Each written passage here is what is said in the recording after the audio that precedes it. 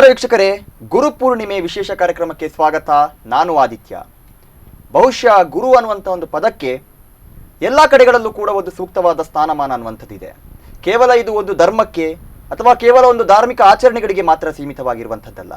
ಗುರು ಬ್ರಹ್ಮ, ಗುರು ವಿಷ್ಣು, ಗುರುದೇವ ಮಹೇಶ್ವರ ಅನ್ನುವಂಥದ್ದು ಹಿಂದೂ ಧಾರ್ಮಿಕ ಸಂಪ್ರದಾಯದಲ್ಲೂ ಕೂಡ ಕೇಳಿಬರುತ್ತೆ.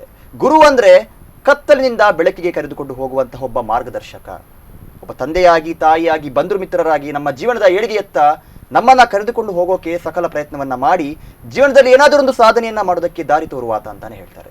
ಸೊ ಈ ನಿಟ್ಟಿನಲ್ಲಿ ಈಗಾಗಲೇ ಹೇಳಿದ ಹಾಗೆ ಗುರುಗಳಿಗಾಗಿ ಒಂದು ವಿಶಿಷ್ಟವಾದ ದಿನಾಚರಣೆ ಅನ್ನುವಂಥದ್ದು ಇದೆ. ಆದರೆ ನಿಜವಾಗ್ಲೂ ಗುರು ಅನ್ನುವಂಥದ್ದು ಯಾರು? ಗುರು ಮತ್ತು ಶಿಕ್ಷಕ, ಇದಕ್ಕೆ ಇರುವಂಥ ವ್ಯತ್ಯಾಸವೇನು? ಸೊ ಎಷ್ಟೋ ಜನಕ್ಕೆ ಈ ಕುರಿತಾಗಿ ಮಾಹಿತಿ ಇಲ್ಲ. ಸೊ ಈ ನಿಟ್ಟಿನಲ್ಲಿ ಇದೇ ಜುಲೈ 16ರಂದು ಬರುವಂತಹ ಗುರು ಪೂರ್ಣಿಮೆ ಏನಿದೆ, ಒಂದು ವಿಶಿಷ್ಟವಾದ ಆಚರಣೆ, ಆ ಒಂದು ಗುರುಗಳಿಗೆ ನಮನವನ್ನ ಸಲ್ಲಿಸುವಂತಹ ದಿನ ಏನಿದೆ, ಈ ಒಂದು ದಿನದ ಹಿನ್ನೆಲೆ ಏನು, ಇದರ ಮಹತ್ವ ಏನು, ಪ್ರಾಮುಖ್ಯತೆ ಏನು, ಇದರ ಕುರಿತಾಗಿ ಇವತ್ತು ನಮ್ಮ ಕಾರ್ಯಕ್ರಮ ಸಾಗುತ್ತೆ. ಇದರ ಕುರಿತಾಗಿ ಮಾಹಿತಿಯನ್ನು ನೀಡೋದಕ್ಕೆ ಸೊ ಕಾರ್ಯಕ್ರಮವನ್ನು ಶುರು ಮಾಡೋಣ. ಮೊದಲಾಗಿ ಕಾರ್ಯಕ್ರಮಕ್ಕೆ ನಮ್ಮ ಅತಿಥಿಗಳನ್ನು ಸ್ವಾಗತಿಸೋಣ. ನಮ್ಮೊಂದಿಗಿದ್ದಾರೆ ಸೌ ಲಕ್ಷ್ಮೀ ಪೈ ಅವರು, ಸನಾತನ ಸಂಸ್ಥೆಯ ಪ್ರತಿನಿಧಿ. ಇವರನ್ನ ಮೊದಲಾಗಿ ಕಾರ್ಯಕ್ರಮಕ್ಕೆ ಸ್ವಾಗತಿಸೋಣ. ಮೇಡಮ್ ನಮಸ್ತೆ, ಕಾರ್ಯಕ್ರಮಕ್ಕೆ ಸ್ವಾಗತ. ಎಸ್ ಮೇಡಮ್, ಈಗಾಗಲೇ ನಾನು ಹೇಳಿದೆ, ಗುರು ಅನ್ನುವಂಥದ್ದು ಒಂದು ಮಹತ್ವವಾದ ಒಂದು ಪದ. ಕತ್ತಲಿನಿಂದ ಬೆಳಕಿನೆಡೆಗೆ ಕರೆದುಕೊಂಡು ಹೋಗುವವರನ್ನ ಗುರು ಅಂತ ಹೇಳ್ತಾರೆ. ಸೊ ಈ ನಿಟ್ಟಿನಲ್ಲಿ ಗುರು ಪೂರ್ಣಿಮೆ ಅನ್ನುವಂತಹ ಒಂದು ವಿಶಿಷ್ಟ ದಿನಾಚರಣೆ ಇದು. ಇದರ ಒಂದು ಹಿನ್ನೆಲೆ, ಇದರ ಮಹತ್ವದ ಕುರಿತಾಗಿ ಮಾತನಾಡ್ಬೋದಾ? ಗುರು ಪೂರ್ಣಿಮೆ ಅಂತ ಹೇಳಿದರೆ ಆಷಾಢ ಶುಕ್ಲ ಪೌರ್ಣಮಿ, ಆಷಾಢ ಮಾಸದಲ್ಲಿ ಬರುವಂತಹ ಹುಣ್ಣಿಮೆಗೆ ವ್ಯಾಸ ಪೂರ್ಣಿಮೆ ಅಂತ ಹೇಳ್ತಾರೆ. ಇದನ್ನು ಗುರು ಪೂರ್ಣಿಮೆ ಅಂತ ಹೇಳಿ ಕೂಡ ಎಲ್ಲ ಶಿಷ್ಯರು, ಅಂದರೆ ಜಗತ್ತಿನಲ್ಲಿ ಈಗಾಗಲೇ ಸಾವಿರಾರು ಆಧ್ಯಾತ್ಮಿಕ ಸಂಘಟನೆಗಳಿದೆ, ಆ ಮಾರ್ಗದಲ್ಲಿ ಕರ್ಕೊಂಡು ಹೋಗುವಂತಹ ಗುರುಗಳಿದ್ದಾರೆ. ಆ ಎಲ್ಲ ಆಧ್ಯಾತ್ಮಿಕ ಸಂಘಟನೆಗಳು ಈ ಒಂದು ಆಷಾಢ ಶುಕ್ಲ ಪೌರ್ಣಮಿಯ ದಿವಸ ಗುರುಪೂರ್ಣಿಮಾ ಮಹೋತ್ಸವ ಅಂತ ಹೇಳಿ ಆಚರಿಸ್ತಾರೆ. ವಿಶೇಷ ಕಾರಣ ಏನಂತ ಹೇಳಿದರೆ, ಆಷಾಢ ಶುಕ್ಲ ಪೌರ್ಣಮಿಯ ದಿವಸ ಇತರ ದಿನಗಳಿಗಿಂತ 1000 ಪಟ್ಟು ಹೆಚ್ಚು ಗುರುತತ್ವ ಬ್ರಹ್ಮಾಂಡದಿಂದ ಪೃಥ್ವಿಗೆ ಬರ್ತದೆ. ಅದಕ್ಕಾಗಿ ಆ ದಿವಸ ನಾವು ಗುರುಗಳಿಗೆ ಕೃತಜ್ಞತೆಯನ್ನು ಸಲ್ಲಿಸುವುದರಿಂದ ಆ ಶಿಷ್ಯನ ಮುಂದಿನ ಆಧ್ಯಾತ್ಮಿಕ ಪ್ರಗತಿ ಶೀಘ್ರಗತಿಯಲ್ಲಾಗ್ತದೆ, ಗುರುಗಳ ಕೃಪೆ ಅವನ ಮೇಲಾಗ್ತದೆ. ಅದಕ್ಕೋಸ್ಕರ ಆಷಾಢ ಶುಕ್ಲ ಪೌರ್ಣಮಿಯನ್ನೇ ಗುರುಪೂರ್ಣಿಮೆ ಅಂತ ಹೇಳಿ ಆಚರಿಸುವಂತಹ ಒಂದು ಪರಂಪರೆ ಈ ದೇಶದಲ್ಲಿ ಸಾವಿರಾರು ವರ್ಷಗಳಿಂದ ಬರ್ತಾ ಇದೆ. ಈಗಾಗಲೇ ಹೇಳಿದ ಹಾಗೆ ತುಂಬಾ ಜನ ಈ ಒಂದು ವಿಚಾರವಾಗಿ ತುಂಬಾ ಕನ್ಫ್ಯೂಷನ್ ಆಗ್ತಾರೆ. ಅಂದರೆ ಗುರು ಅಥವಾ ಶಿಕ್ಷಕ ಅನ್ನುವಂಥ ಎರಡು ಪದಗಳು ವಿಭಿನ್ನವಾದ ಪದಗಳು ಅಂತ ಹೇಳ್ಬೋದು. ಆದರೆ ಈಗಿನ ಜನರಿಗೆ ಇದರ ಕುರಿತಾಗಿ ಮಾಹಿತಿ ಇಲ್ಲ. ಸೊ ನಿಮ್ಮ ಪ್ರಕಾರ ಈ ಗುರು ಮತ್ತು ಶಿಕ್ಷಕ ಎರಡಕ್ಕೆ ಇರುವಂಥ ಒಂದು ವ್ಯತ್ಯಾಸ ಏನು? ಗುರು ಮತ್ತು ಶಿಕ್ಷಕ ಈ ಎರಡು ಪದದಲ್ಲಿ ತುಂಬ ವ್ಯತ್ಯಾಸ ಇದೆ. ಶಿಕ್ಷಕರಂತ ಹೇಳಿದರೆ ಇವತ್ತು ನಾವು ಲೌಕಿಕ ವ್ಯಾವಹಾರಿಕ ಜೀವನದಲ್ಲಿ ತುಂಬ ವಿಷಯಗಳನ್ನು ಕಲೀಲಿಕ್ಕೆ ಹೋಗ್ತೇವೆ. ಶಾಲೆ ಇರ್ಬೋದು, ಅಥವಾ ಬೇರೆ ಬೇರೆ ರೀತಿಯ ಕೋರ್ಸ್ಗಳಿರ್ಬೋದು, ಬೇರೆ ಬೇರೆ ರೀತಿಯ ಕಲೆ, ವಿದ್ಯೆ ಇತ್ಯಾದಿ ಕಲಿತೇವಲ್ಲ ನಾವು, ಅವರನ್ನೆಲ್ಲ ನಾವು ಶಿಕ್ಷಕರು ಅಂತ ಸಂಬೋಧನೆ ಮಾಡಬೇಕು. ಗುರು ಅಂತ ಹೇಳಿದರೆ ಅದೊಂದು ವಿಶೇಷವಾದಂಥ ಅರ್ಥ ಇರುವಂಥದ್ದು. ಶಿಕ್ಷಕರು ಮತ್ತು ಆ ಒಂದು ವಿದ್ಯಾರ್ಥಿಯ ನಡುವಿನ ಸಂಬಂಧ ಹೇಗಿರ್ತದೆ? ನಾನೇನಾದರೂ ಒಂದು ಕ್ಲಾಸಿಗೆ ಹೋಗ್ತೇನೆ ಮತ್ತು ಅವರಿಗೆ ಆ ಒಂದು ಕಲ್ತದ್ದಕ್ಕೆ ನಾನು ಅವರಿಗೊಂದು ಫೀಸ್ ಕೊಡ್ತೇನೆ, ಶುಲ್ಕ ಪಾವತಿ ಮಾಡ್ತೇನೆ. ಶುಲ್ಕ ಪಾವತಿ ಮಾಡಿ ನಾನು ಅದನ್ನು ಕಲಿತು ಹೊರಗೆ ಬಂದ ನಂತರ ನನಗೂ ಮತ್ತು ಆ ಶಿಕ್ಷಕರಿಗೆ ಏನೂ ಸಂಬಂಧ ಇಲ್ಲ, ಅಲ್ಲಿಗೆ ನಮ್ಮದು ಮುಗೀತು. ಹೌದು, ವ್ಯಾವಹಾರಿಕ ಸಂಬಂಧ. ಆ ಶಿಷ್ಯ ಏನು ಕಲೀಲಿಕ್ಕಿದೆ ಅಷ್ಟು ಕಲಿಯುವಷ್ಟು ಹೊತ್ತು ಮಾತ್ರ ನಮ್ಮ ನಡುವೆ ಏನಾದರೂ ಸಂಬಂಧ ಇರ್ತದೆ ಶಿಕ್ಷಕರ ಸಂದರ್ಭದಲ್ಲಿ. ಅಂದರೆ ನಾವೀಗ ಶಾಲೆ ಕಾಲೇಜ್ ಎಲ್ಲ ಕಲಿತು ಹೊರಗೆ ಬಂದೆವು, ಮುಂದೆ ನಾವು ಆ ಶಿಕ್ಷಕರನ್ನು ಭೇಟಿ ಆಗ್ತೇವೆ, ನಮಸ್ಕಾರ ಹೇಳ್ತೇವೆ, ಮುಗೀತು ಅಲ್ಲಿಗೆ. ನಮಗೂ ಅವರಿಗೂ ಯಾವುದೇ ರೀತಿಯ ಕನೆಕ್ಷನ್ ಇರುವುದಿಲ್ಲ. ಆದರೆ ಗುರು ಅಂತ ಹೇಳಿದರೆ, ನೀವಾಗಲೇ ಹೇಳಿದ್ರಿ, ಆ ಗುರು ಎಂಬ ವಿಶಿಷ್ಟವಾದ ಆ ಶಬ್ದಕ್ಕೆ ಒಂದು ಅರ್ಥ ಉಂಟು. ಅಂದರೆ ಗು ಅಂತ ಒಂದು ಅಕ್ಷರ, ಅದು ಅಜ್ಞಾನ ಅಂತ ಹೇಳ್ತೇವೆ. ರು ಅಂದರೆ ಆ ಒಂದು ಜ್ಞಾನ, ಅಜ್ಞಾನ ರೂಪಿ ಅಂಧಕಾರದಿಂದ ಜ್ಞಾನದ ಮಾರ್ಗದಲ್ಲಿ ಕರೆದುಕೊಂಡು ಹೋಗುವಂತಹ ಯಾವ ವ್ಯಕ್ತಿ ಇದ್ದಾರೆ ಅವರಿಗೆ ಗುರು ಅಂಥೇಳಿ ಸಂಬೋಧನೆ ಮಾಡಲಾಗಿದೆ. ಇವರು ಕೇವಲ ಈ ಜನ್ಮದಲ್ಲಿ ಮಾತ್ರ ಅಲ್ಲ, ಹಲವಾರು ಜನ್ಮಗಳಿಂದ ಆ ಜೀವಕ್ಕೆ ಮಾರ್ಗದರ್ಶನ ಕೊಟ್ಟು ಆತ್ಮಜ್ಞಾನ ಕೊಡುವಂತಹ ವ್ಯಕ್ತಿ ಆಗಿರುವುದರಿಂದ ಅವರ ಜೊತೆಗೆ ನಮಗೆ ಒಂದು ಜೀವನದಲ್ಲಿ ಮಾತ್ರ ಸಂಬಂಧ ಅಲ್ಲ, ಜನ್ಮ ಜನ್ಮಾಂತರಗಳಿಂದ ಆ ವ್ಯಕ್ತಿಯ ಜೊತೆಗೆ ಆ ಶಿಷ್ಯನ ಸಂಬಂಧ ಇರ್ತದೆ. ಮತ್ತು ಆ ಶಿಷ್ಯನನ್ನು ಮೋಕ್ಷದ ತನಕ ಕರೆದುಕೊಂಡು ಹೋಗುವ ಜವಾಬ್ದಾರಿ ಆ ಗುರುಗಳು ಮಾಡ್ತಾ ಇರ್ತಾರೆ. ಇದು ಅರಿವಿರುವುದಿಲ್ಲ ನಮಗೆ. ಬೇರೆ ಬೇರೆ ಜನ್ಮದಲ್ಲಿ ನಾವು ಬಂದರೂ ಕೂಡ ಆ ಗುರುತತ್ವವೇ ನಮ್ಮನ್ನು ಮುಂದೆ ಮುಂದೆ ಕರ್ಕೊಂಡು ಹೋಗ್ತದೆ. ಬೇರೆ ಬೇರೆ ಶರೀರದ ಮಾಧ್ಯಮದಿಂದ ಕರ್ಕೊಂಡು ಹೋಗ್ಬೋದು. ಆದರೆ ಆ ಗುರು ಎಂಬ ವ್ಯಕ್ತಿ ನಮಗೆ ಆತ್ಮಜ್ಞಾನ ಕೊಡುವುದರಿಂದ ಇದು ಒಂದು ಶುಲ್ಕ ಪಾವತಿಸಿ ಮುಗಿಸಿ ಬಿಡುವಂಥ ಸಂಬಂಧ ಅಲ್ಲ. ಹಾಗಾಗಿ ನಮಗೆ ಶಾಸ್ತ್ರಗಳು ಹೇಳ್ತದೆ, ಗುರು ಋಣವನ್ನು ತೀರಿಸಲಿಕ್ಕೆ ಸಾಧ್ಯ ಇಲ್ಲ ಅಂಥೇಳಿ. ಬೇರೆ ಯಾವುದೇ ಋಣವನ್ನು ತೀರಿಸ್ಬೋದಂತೆ ಗುರುಗಳ ಋಣವನ್ನು ತೀರಿಸ್ಲಿಕ್ಕೆ ಆಗುವುದಿಲ್ಲ ಅಂಥೇಳಿ. ಅಂತಹ ಗುರುಗಳ ಮಹಿಮೆ, ಆ ಗುರುಗಳಿಗೆ ಕೃತಜ್ಞತೆ ವ್ಯಕ್ತಪಡಿಸುವಂತಹ ದೊಡ್ಡ ಒಂದು ದಿನ ಅಂತ ಹೇಳಿದರೆ ಗುರುಪೂರ್ಣಿಮಾ ಮಹೋತ್ಸವ. ಇದು ಆಷಾಢ ಶುಕ್ಲ ಪೌರ್ಣಮಿಯಂದೇ ಆಚರಿಸುವುದು ಶಾಸ್ತ್ರ ನಮಗೆ ಹೇಳಿದಂತಹ ಒಂದು ವಿಧಾನ ಆಗಿದೆ. ಈಗಾಗಲೇ ಹೇಳಿದ ಹಾಗೆ ಒಂದು ಧಾರ್ಮಿಕ ಹಿನ್ನೆಲೆ ಅನ್ನುವಂಥದ್ದು ಇದೆ ಇದಕ್ಕೆ. ಹಾಗಾದ್ರೆ ಹಿಂದಿನ ಕಾಲದಿಂದಲೂ ಕೂಡ ಒಂದು ಆಚರಿಸಿಕೊಂಡು ಬಂದಂತಹ ಒಂದು ಆಚರಣೆ. ಸೊ ಆ ಕಾಲಕ್ಕೂ ಹೋಲಿಸಿದ್ರೆ ಈ ಕಾಲಕ್ಕೆ ಹೋಲಿಸಿದ್ರೆ ಎಷ್ಟರ ಮಟ್ಟಿಗೆ ವ್ಯತ್ಯಾಸ ಇದೆ ಈ ಗುರು ಪೂರ್ಣಿಮೆಯಲ್ಲಿ ಗುರು ಪೂಜೆಯನ್ನ ಮಾಡುವಂಥದ್ದು? ಹೌದು, ಈಗ ನಾವು ಲೌಕಿಕ ಸಾಮಾನ್ಯ ನೋಡ್ಲಿಕ್ಕೆ ಹೋದರೆ ಈಗ ಎಲ್ಲರೂ ಕೂಡ ಶಿಕ್ಷಕರ ದಿನಾಚರಣೆ, ಟೀಚರ್ಸ್ ಡೇ ಅಂಥೇಳಿ ಶಾಲಾ ಕಾಲೇಜುಗಳಲ್ಲಿ ಸೆಪ್ಟೆಂಬರ್ 5ನೇ ತಾರೀಕನ್ನು ಆಚರಿಸುವುದು ನಾವು ನೋಡ್ತೇವೆ. ಇದು ಟೀಚರ್ಸ್ ಡೇ ಅಂಥೇಳಿ. ಟೀಚರ್ ಅಂದರೆ ನಮಗೇನೋ ಕಲಿಸಿದ, ಆಗ ಹೇಳಿದ ಹಾಗೆ ಶಿಕ್ಷಕರಿಗೆ ನಾವೇನೋ ಒಂದು ನಮ್ಮ ಪ್ರೀತಿಯನ್ನು ವ್ಯಕ್ತಪಡಿಸುವಂಥದ್ದು ಅಥವಾ ನಮ್ಮ ಕೃತಜ್ಞತೆ ವ್ಯಕ್ತಪಡಿಸಲಿಕ್ಕೆ ಅವರಿಗೆ ಹೂ ಕೊಡುವಂಥದ್ದು, ಈ ರೀತಿಯೆಲ್ಲ ಮಾಡಿ ಒಂದು ವ್ಯಾವಹಾರಿಕವಾಗಿ ಆಚರಿಸ್ತಾರೆ. ಗುರುಪೂರ್ಣಿಮೆ ಅಂದರೆ ಆಗಲ್ಲ, ಇದು ಸಂಪೂರ್ಣವಾಗಿ ಆಧ್ಯಾತ್ಮಿಕ ಹಿನ್ನೆಲೆ ಇರುವಂತಹ ಒಂದು ಆಚರಣೆ.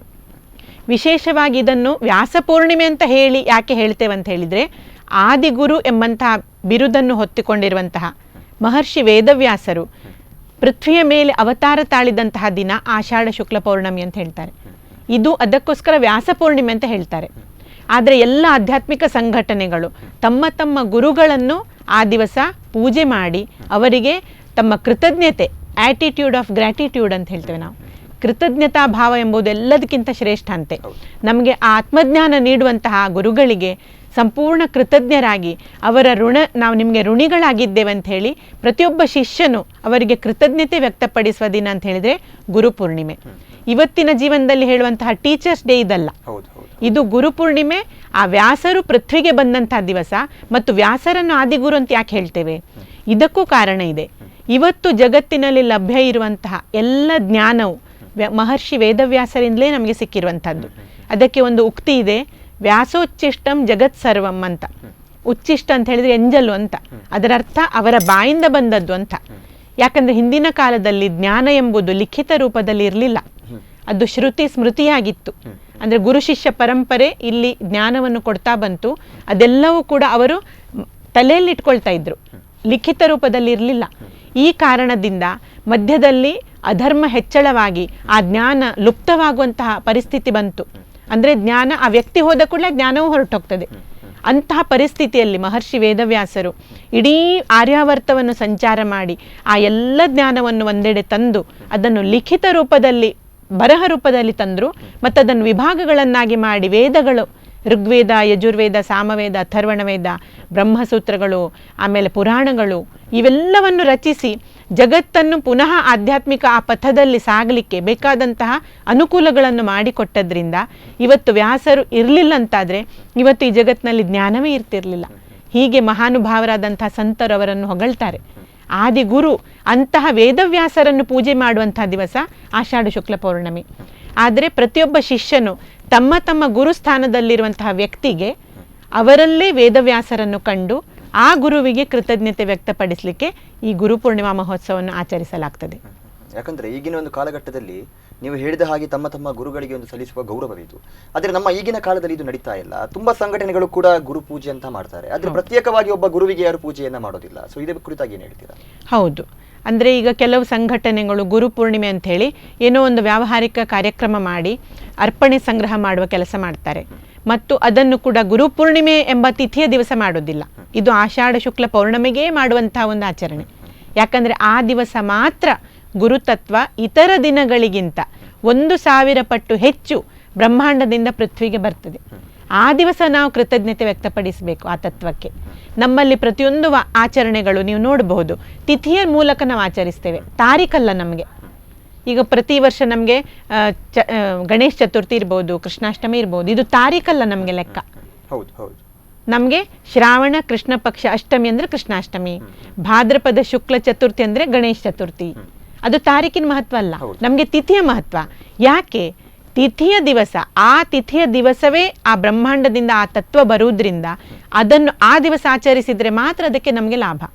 ತಾರೀಕಿಗೆ ಮಹತ್ವ ಇಲ್ಲ. ಹಾಗಾಗಿ ಗುರುಪೂರ್ಣಿಮೆ ಅಂದರೆ ಅದನ್ನು ಆಷಾಢ ಶುಕ್ಲ ಪೌರ್ಣಮಿಗೆ ಆಚರಿಸಬೇಕಲ್ಲದೆ ಒಂದು ಆಚರಣೆ ಅಂತೇಳಿ ಬೇರೆ ದಿವಸ ಆಚರಿಸಿದರೆ ಅದರಿಂದ ನಮ್ಗೆ ಏನು ಆಧ್ಯಾತ್ಮಿಕ ಲಾಭ ಸಿಗಬೇಕು ಆ ಲಾಭ ಸಿಗುವುದಿಲ್ಲ. ಮತ್ತು ಇದರ ಹಿನ್ನೆಲೆಯನ್ನು ಪ್ರತಿಯೊಬ್ಬರು ಅರ್ಥ ಮಾಡಿಕೊಂಡು ತಮ್ಮ ಅಂತರಾಳದಿಂದ ಗುರು ಋಣವನ್ನು ತೀರಿಸಲಿಕ್ಕೆ ಸಾಧ್ಯ ಇಲ್ಲದಿದ್ದರೂ ಕನಿಷ್ಠ ಕೃತಜ್ಞತೆಯನ್ನಾದರೂ ವ್ಯಕ್ತಪಡಿಸಲಿಕ್ಕೆ ಆ ಗುರುಪೂರ್ಣಿಮೆಯ ದಿವಸ ತಮ್ಮ ತಮ್ಮ ಗುರುಸ್ಥಾನದಲ್ಲಿರುವವರಿಗೆ ಆ ಒಂದು ಗುರುಪೂರ್ಣಿಮೆ ಆಚರಿಸುವುದರ ಮೂಲಕ ಕೃತಜ್ಞತೆ ವ್ಯಕ್ತಪಡಿಸಬೇಕಾದದ್ದು ನಮ್ಮೆಲ್ಲರ ಕರ್ತವ್ಯ. ಯಾಕಂದರೆ ಗುರು ಅನ್ನುವಂಥ ಒಂದು ಶಬ್ದ ಕೇವಲ ಹಿಂದೂ ಸಂಪ್ರದಾಯಕ್ಕೆ ಮಾತ್ರ ಸೀಮಿತವಾಗಿರುವಂಥ ಒಂದು ವಿಚಾರ ಅಲ್ಲ. ಪ್ರತಿಯೊಂದು ಧರ್ಮದಲ್ಲೂ ಕೂಡ ಗುರು ಅಂತ ಪೂಜನೀಯ ಭಾವದಿಂದ ನೋಡ್ತಾರೆ, ಗೌರವವನ್ನು ಕೊಡ್ತಾರೆ. ಸೊ ಗುರು ಪೂರ್ಣಿಮೆ ಅಂತ ಬಂದಾಗ ಕೇವಲ ಇದು ಹಿಂದೂ ಧರ್ಮಕ್ಕೆ ಮಾತ್ರ ಸೀಮಿತವಾಗಿರುವಂಥದ್ದ? ಈ ಕುರಿತಾಗಿ ಏನು ಹೇಳ್ತೀರಾ? ಖಂಡಿತ ಅಲ್ಲ. ಯಾಕಂದರೆ ಗುರು ಅಂದರೆ ಎಲ್ಲ ಸಂಪ್ರದಾಯದಲ್ಲಿ ಎಲ್ಲ ಧರ್ಮಗಳಲ್ಲಿ ಪ್ರತಿಯೊಬ್ಬರಿಗೂ ಒಬ್ಬರು ಗುರು ಅಂತ ಇರ್ತಾರೆ. ಅವರು ಬೇರೆ ಬೇರೆ ಹೆಸರಿನಿಂದ ಕರಿಬಹುದು. ಆದರೆ ಆತ್ಮಜ್ಞಾನವನ್ನು ಕೊಟ್ಟು ಆ ಮನುಷ್ಯ ಜನ್ಮಕ್ಕೆ ಬಂದಂತಹ ಜೀವವನ್ನು ಮೋಕ್ಷದ ತನಕ ಕರ್ಕೊಂಡು ಹೋಗುವ ಜವಾಬ್ದಾರಿ ಆ ಗುರುಗಳದ್ದಾಗಿರ್ತದೆ. ಹಾಗಾಗಿ ನಮ್ಮಲ್ಲಿ ಈಗ ಹಿಂದೂಗಳಿಗೆ ಪ್ರತ್ಯಕ್ಷವಾಗಿ ನಮಗೆ ಈ ಶಾಸ್ತ್ರದ ಮುಖಾಂತರ ಈ ಮಾರ್ಗದರ್ಶನ ನೀಡಲಾಗಿದೆ. ಗುರುಗಳಿಗೆ ಕೃತಜ್ಞತೆಯನ್ನು ವ್ಯಕ್ತಪಡಿಸುವಂಥದ್ದೇ ನಾವು ಗುರುಪೂರ್ಣಿಮೆ ಆಚರಣೆ ಹಿನ್ನೆಲೆ ಅಂಥೇಳಿ. ಇತರ ಧರ್ಮದವರು ಅವರವರ ಪ್ರಕಾರವಾಗಿ ಮಾಡ್ತಾ ಇರ್ಬೋದು. ಮುಖ್ಯವಾಗಿ ನಮಗೆ ಆಧ್ಯಾತ್ಮಿಕ ಕಾರಣದಿಂದಾಗಿ ಆಗಲೇ ಹೇಳಿದ ಹಾಗೆ ಆ ತತ್ವ 1000 ಪಟ್ಟು ಬರುವುದರಿಂದ ಆ ದಿವಸ ಆ ಕೃತಜ್ಞತೆ ವ್ಯಕ್ತ ಮಾಡಿದರೆ ಅಖಂಡ ಕೃಪೆ ಗುರುಗಳದ್ದು ನಮ್ಮ ಮೇಲಾಗಿ ನಿಶ್ಚಿತವಾಗಿ ಜೀವದ ಉದ್ಧಾರ ಆಗ್ತದೆ ಅಂಥೇಳಿ ನಮ್ಮ ಧರ್ಮಶಾಸ್ತ್ರಗಳು ಹೇಳಿರುವುದರಿಂದ ಹಿಂದೂಗಳು ವಿಶಿಷ್ಟವಾಗಿ ಆ ದಿವಸವೇ ಗುರುಪೂರ್ಣಿಮೆಯನ್ನು ಆಚರಿಸ್ತಾರೆ. ಅಂದರೆ ಉದ್ದೇಶ ಅನ್ನುವಂಥದ್ದು ಪೂರೈಕೆ ಆಗಬೇಕು, ಗುರುವಿಗೆ ಕೊಡುವಂಥ ಒಂದು ಗೌರವ ಅನ್ನುವಂಥದ್ದು ಸಲ್ಲಿಕೆ ಆಗಬೇಕು ಅನ್ನುವಂಥ ಮಾತನ್ನು ನೀವು ಕೂಡ ಹೇಳ್ತಾ ಇದ್ದೀರಾ. ಓಕೆ, ಇದಲ್ಲದೆ ಮೇಡಮ್ ಈಗಾಗಲೇ ಹೇಳಿದ ಹಾಗೆ ಗುರು ಪೌರ್ಣಮಿ ಅನ್ನುವಂಥ ದಿವಸದಲ್ಲಿ ನೀವು ಆಚರಿಸುವಂಥ ಈ ಒಂದು ಗುರುವಿಗೆ ಸಲ್ಲಿಸುವಂಥ ಒಂದು ಗೌರವ ಏನಿದೆ, ಸಂಬಂಧಪಟ್ಟ ಹಾಗೆ ಹೇಗೆ ಈ ಒಂದು ಪ್ರಕ್ರಿಯೆ ನಡೆಯುತ್ತೆ, ಯಾವ ರೀತಿ ಪೂಜೆಯನ್ನು ಸಲ್ಲಿಸಬಹುದು, ಈ ಕುರಿತಾಗಿ ಹೇಳ್ಬೋದಾ? ಹೌದು, ಅಂದರೆ ಗುರುಪೂಜನ ಅಂತ ಹೇಳಿದರೆ ಯಾವ ಗುರುಗಳನ್ನು ನಾವೀಗ ಮಾರ್ಗದರ್ಶನ ಪಡ್ಕೊಳ್ತಾ ಇದ್ದೇವೆ ಅವರ ಭಾವಚಿತ್ರವನ್ನು ಆ ಒಂದು ಪೀಠದ ಮೇಲೆ, ವ್ಯಾಸಪೀಠ ಅಂತ ಹೇಳ್ತೇವೆ ನಾವು, ವ್ಯಾಸಪೀಠದ ಮೇಲೆ ನಮ್ಮ ಸಂಪ್ರದಾಯದ ನಾವು ಯಾವ ಒಂದು ಮಾರ್ಗದಲ್ಲಿ ಹೋಗ್ತಾ ಇದ್ದೇವೆ, ಯಾರ ಮಾರ್ಗದರ್ಶನದಲ್ಲಿ ಅವರ ಭಾವಚಿತ್ರವನ್ನಿಟ್ಟು ಅದಕ್ಕೆ ಶಾಸ್ತ್ರೋಕ್ತವಾಗಿ ಷೋಡಶೋಪಚಾರ ಪೂಜೆಯನ್ನು ಮಾಡುವಂಥದ್ದು. ಅಂದರೆ ಆ ಪೀಠಕ್ಕೆ 4 ಬದಿಗಳಲ್ಲಿ ಬಾಳೆದಿಂಡಿನ ಅದನ್ನು ಕಟ್ಟಬೇಕು, ಬಾಳೆದಿಂಡನ್ನು. ಆಮೇಲೆ ಶಾಸ್ತ್ರೋಕ್ತವಾಗಿ ಹೇಗೆ ಪೂಜೆಗಳನ್ನು ಹೇಳಲಾಗಿದೆ, ಮೊದಲಿಗೆ ಗಣಪತಿಯ ಪೂಜೆಯನ್ನು ಮಾಡೋದು, ಆಮೇಲೆ ಗುರುಪೂಜನೆ ಮಾಡಿ ದಂಪತಿಗಳು ಕೂತ್ಕೊಂಡು ಷೋಡಶೋಪಚಾರ ಪೂಜೆಯನ್ನು ಗುರುಗಳಿಗೆ ಸಲ್ಲಿಸ್ತಾ ಎಲ್ಲ ರೀತಿಯ ಅವರಿಗೆ ಉಪಚಾರಗಳನ್ನು ಮಾಡಿ ಆ ಅಂತರಾಳದಿಂದ ಕೃತಜ್ಞತೆಯನ್ನು ವ್ಯಕ್ತಪಡಿಸಿ ನಂತರ ಆ ಸಭಾ ಕಾರ್ಯಕ್ರಮಗಳನ್ನು ಮಾಡಿ ಗುರುಗಳ ಮಹತ್ವ, ಗುರುಪೂರ್ಣಿಮೆ ಮಹತ್ವ, ಅಥವಾ ನಾವು ಗುರುಗಳಿಗೆ ಋಣವನ್ನು ಹೇಗೆ ತೀರಿಸುವ ಪ್ರಯತ್ನ ಮಾಡ್ಬೋದು, ಈ ಎಲ್ಲ ವಿಷಯಗಳ ಬಗ್ಗೆ ಮಾರ್ಗದರ್ಶನ ನೀಡುವಂತಹ ಕಾರ್ಯಕ್ರಮ. ಆಮೇಲೆ ಗುರುಗಳಿಗೆ ಆರತಿ ಮಾಡಿದಂತಹ ಆ ಆರತಿ ಮತ್ತು ಪ್ರಸಾದವನ್ನು ಬಂದಂತಹ ಭಾವಿಕ ಭಕ್ತರಿಗೆ ಕೊಟ್ಟು ಗುರುಪೂರ್ಣಿಮೆಯನ್ನು ಆಚರಿಸಲಾಗ್ತದೆ. ಮುಖ್ಯವಾಗಿ ಆ ದಿವಸ ಗುರುಗಳಿಗೆ ನಾವು ಅರ್ಪಣೆ, ಗುರು ಕಾಣಿಕೆ ಅಂತ ಹೇಳ್ತೇವೆ. ನಾವು ಗುರುಗಳ ಋಣವನ್ನು ತೀರಿಸಲಿಕ್ಕೆ ಸಾಧ್ಯ ಇಲ್ಲ, ಆದರೆ ಏನಾದರೂ ಮನುಷ್ಯನಿಗೆ ಕೊಡಲಿಕ್ಕೆ ಸಾಧ್ಯ ಇರುವಂಥದ್ದು ಈಗ ಧನ ರೂಪದಲ್ಲಿ ಗುರುಗಳಿಗೆ ಅರ್ಪಣೆ ಅಂಥೇಳಿ ಸಲ್ಲಿಸುವಂತಹ ಒಂದು ಕಾರ್ಯಕ್ರಮ ಇರ್ತದೆ. ನಿಜವಾಗಿ ನೋಡ್ಲಿಕ್ಕೆ ಹೋದರೆ ಗುರು ಋಣ ತೀರಿಸ್ಲಿಕ್ಕೆ ಅಸಾಧ್ಯ. ಆದರೆ ಯಾರು ತನ್ನ ತನು ಮನ ಧನ ಬುದ್ಧಿ ಎಲ್ಲವನ್ನು ಗುರುಚರಣಕ್ಕೆ ಸಮರ್ಪಣೆ ಮಾಡ್ತಾನೆ ಅಂಥವನಿಗೆ ಮಾತ್ರ ಶಿಷ್ಯರು ಅಂತ ಹೇಳ್ತಾರೆ. ವಾಸ್ತವದಲ್ಲಿ ಶಿಷ್ಯರು ಗುರುಪೂರ್ಣಿಮೆ ಒಂದು ದಿವಸ ಮಾತ್ರ ಈ ಕೃತಿ ಮಾಡುವುದಿಲ್ಲ, ವರ್ಷ ಪೂರ್ತಿ ಅವರು ಗುರುಗಳು ಹೇಳಿದಂತಹ ಸಾಧನೆಯನ್ನು ಮಾಡ್ತಾ ಗುರುಗಳ ಋಣ ತೀರಿಸುವ ಪ್ರಯತ್ನ ಮಾಡ್ತಾರೆ. ಆದರೆ ವಿಶೇಷವಾಗಿ ಗುರುಪೂರ್ಣಿಮೆ ದಿವಸ ಕೊಡುವಂತಹ ಅರ್ಪಣೆ ಇದೆಲ್ಲ ಅದಕ್ಕೆ 1000 ಪಟ್ಟು ಹೆಚ್ಚು ಫಲ ಅಂಥೇಳಿ ನಮ್ಮ ಶಾಸ್ತ್ರಗಳು ಹೇಳ್ತದೆ. ಅದಕ್ಕಾಗಿ ಆ ದಿವಸ ಗುರುಗಳಿಗೆ ಕಾಣಿಕೆಯನ್ನು ಸಲ್ಲಿಸುವ ಒಂದು ವಿಶಿಷ್ಟ ಪರಂಪರೆ ಕೂಡ ನಮ್ಮಲ್ಲಿ ಇದೆ.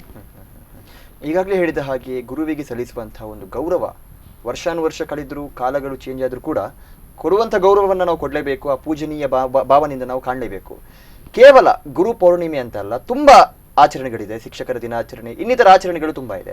ಆದರೆ ಈ ಆಚರಣೆಗಳು ಏನಿದೆ ಕೇವಲ ಒಂದು ದಿನಕ್ಕೆ ಮಾತ್ರ ಸೀಮಿತವಾಗುವಂಥದ್ದು ಎಷ್ಟರ ಮಟ್ಟಿಗೆ ಸರಿ? ಯಾಕಂದರೆ ಹಿಂದಿನ ಕಾಲದಲ್ಲಿದ್ದಂಥ ಗುರು ಶಿಷ್ಯರ ಒಂದು ಬಾಂಧವ್ಯ ಈಗಿನ ಕಾಲದಲ್ಲೂ ಇದೆಯಾ? ನಿಮಗೆ ಆ ಥರ ಅನಿಸ್ತಾ ಇದೆಯಾ?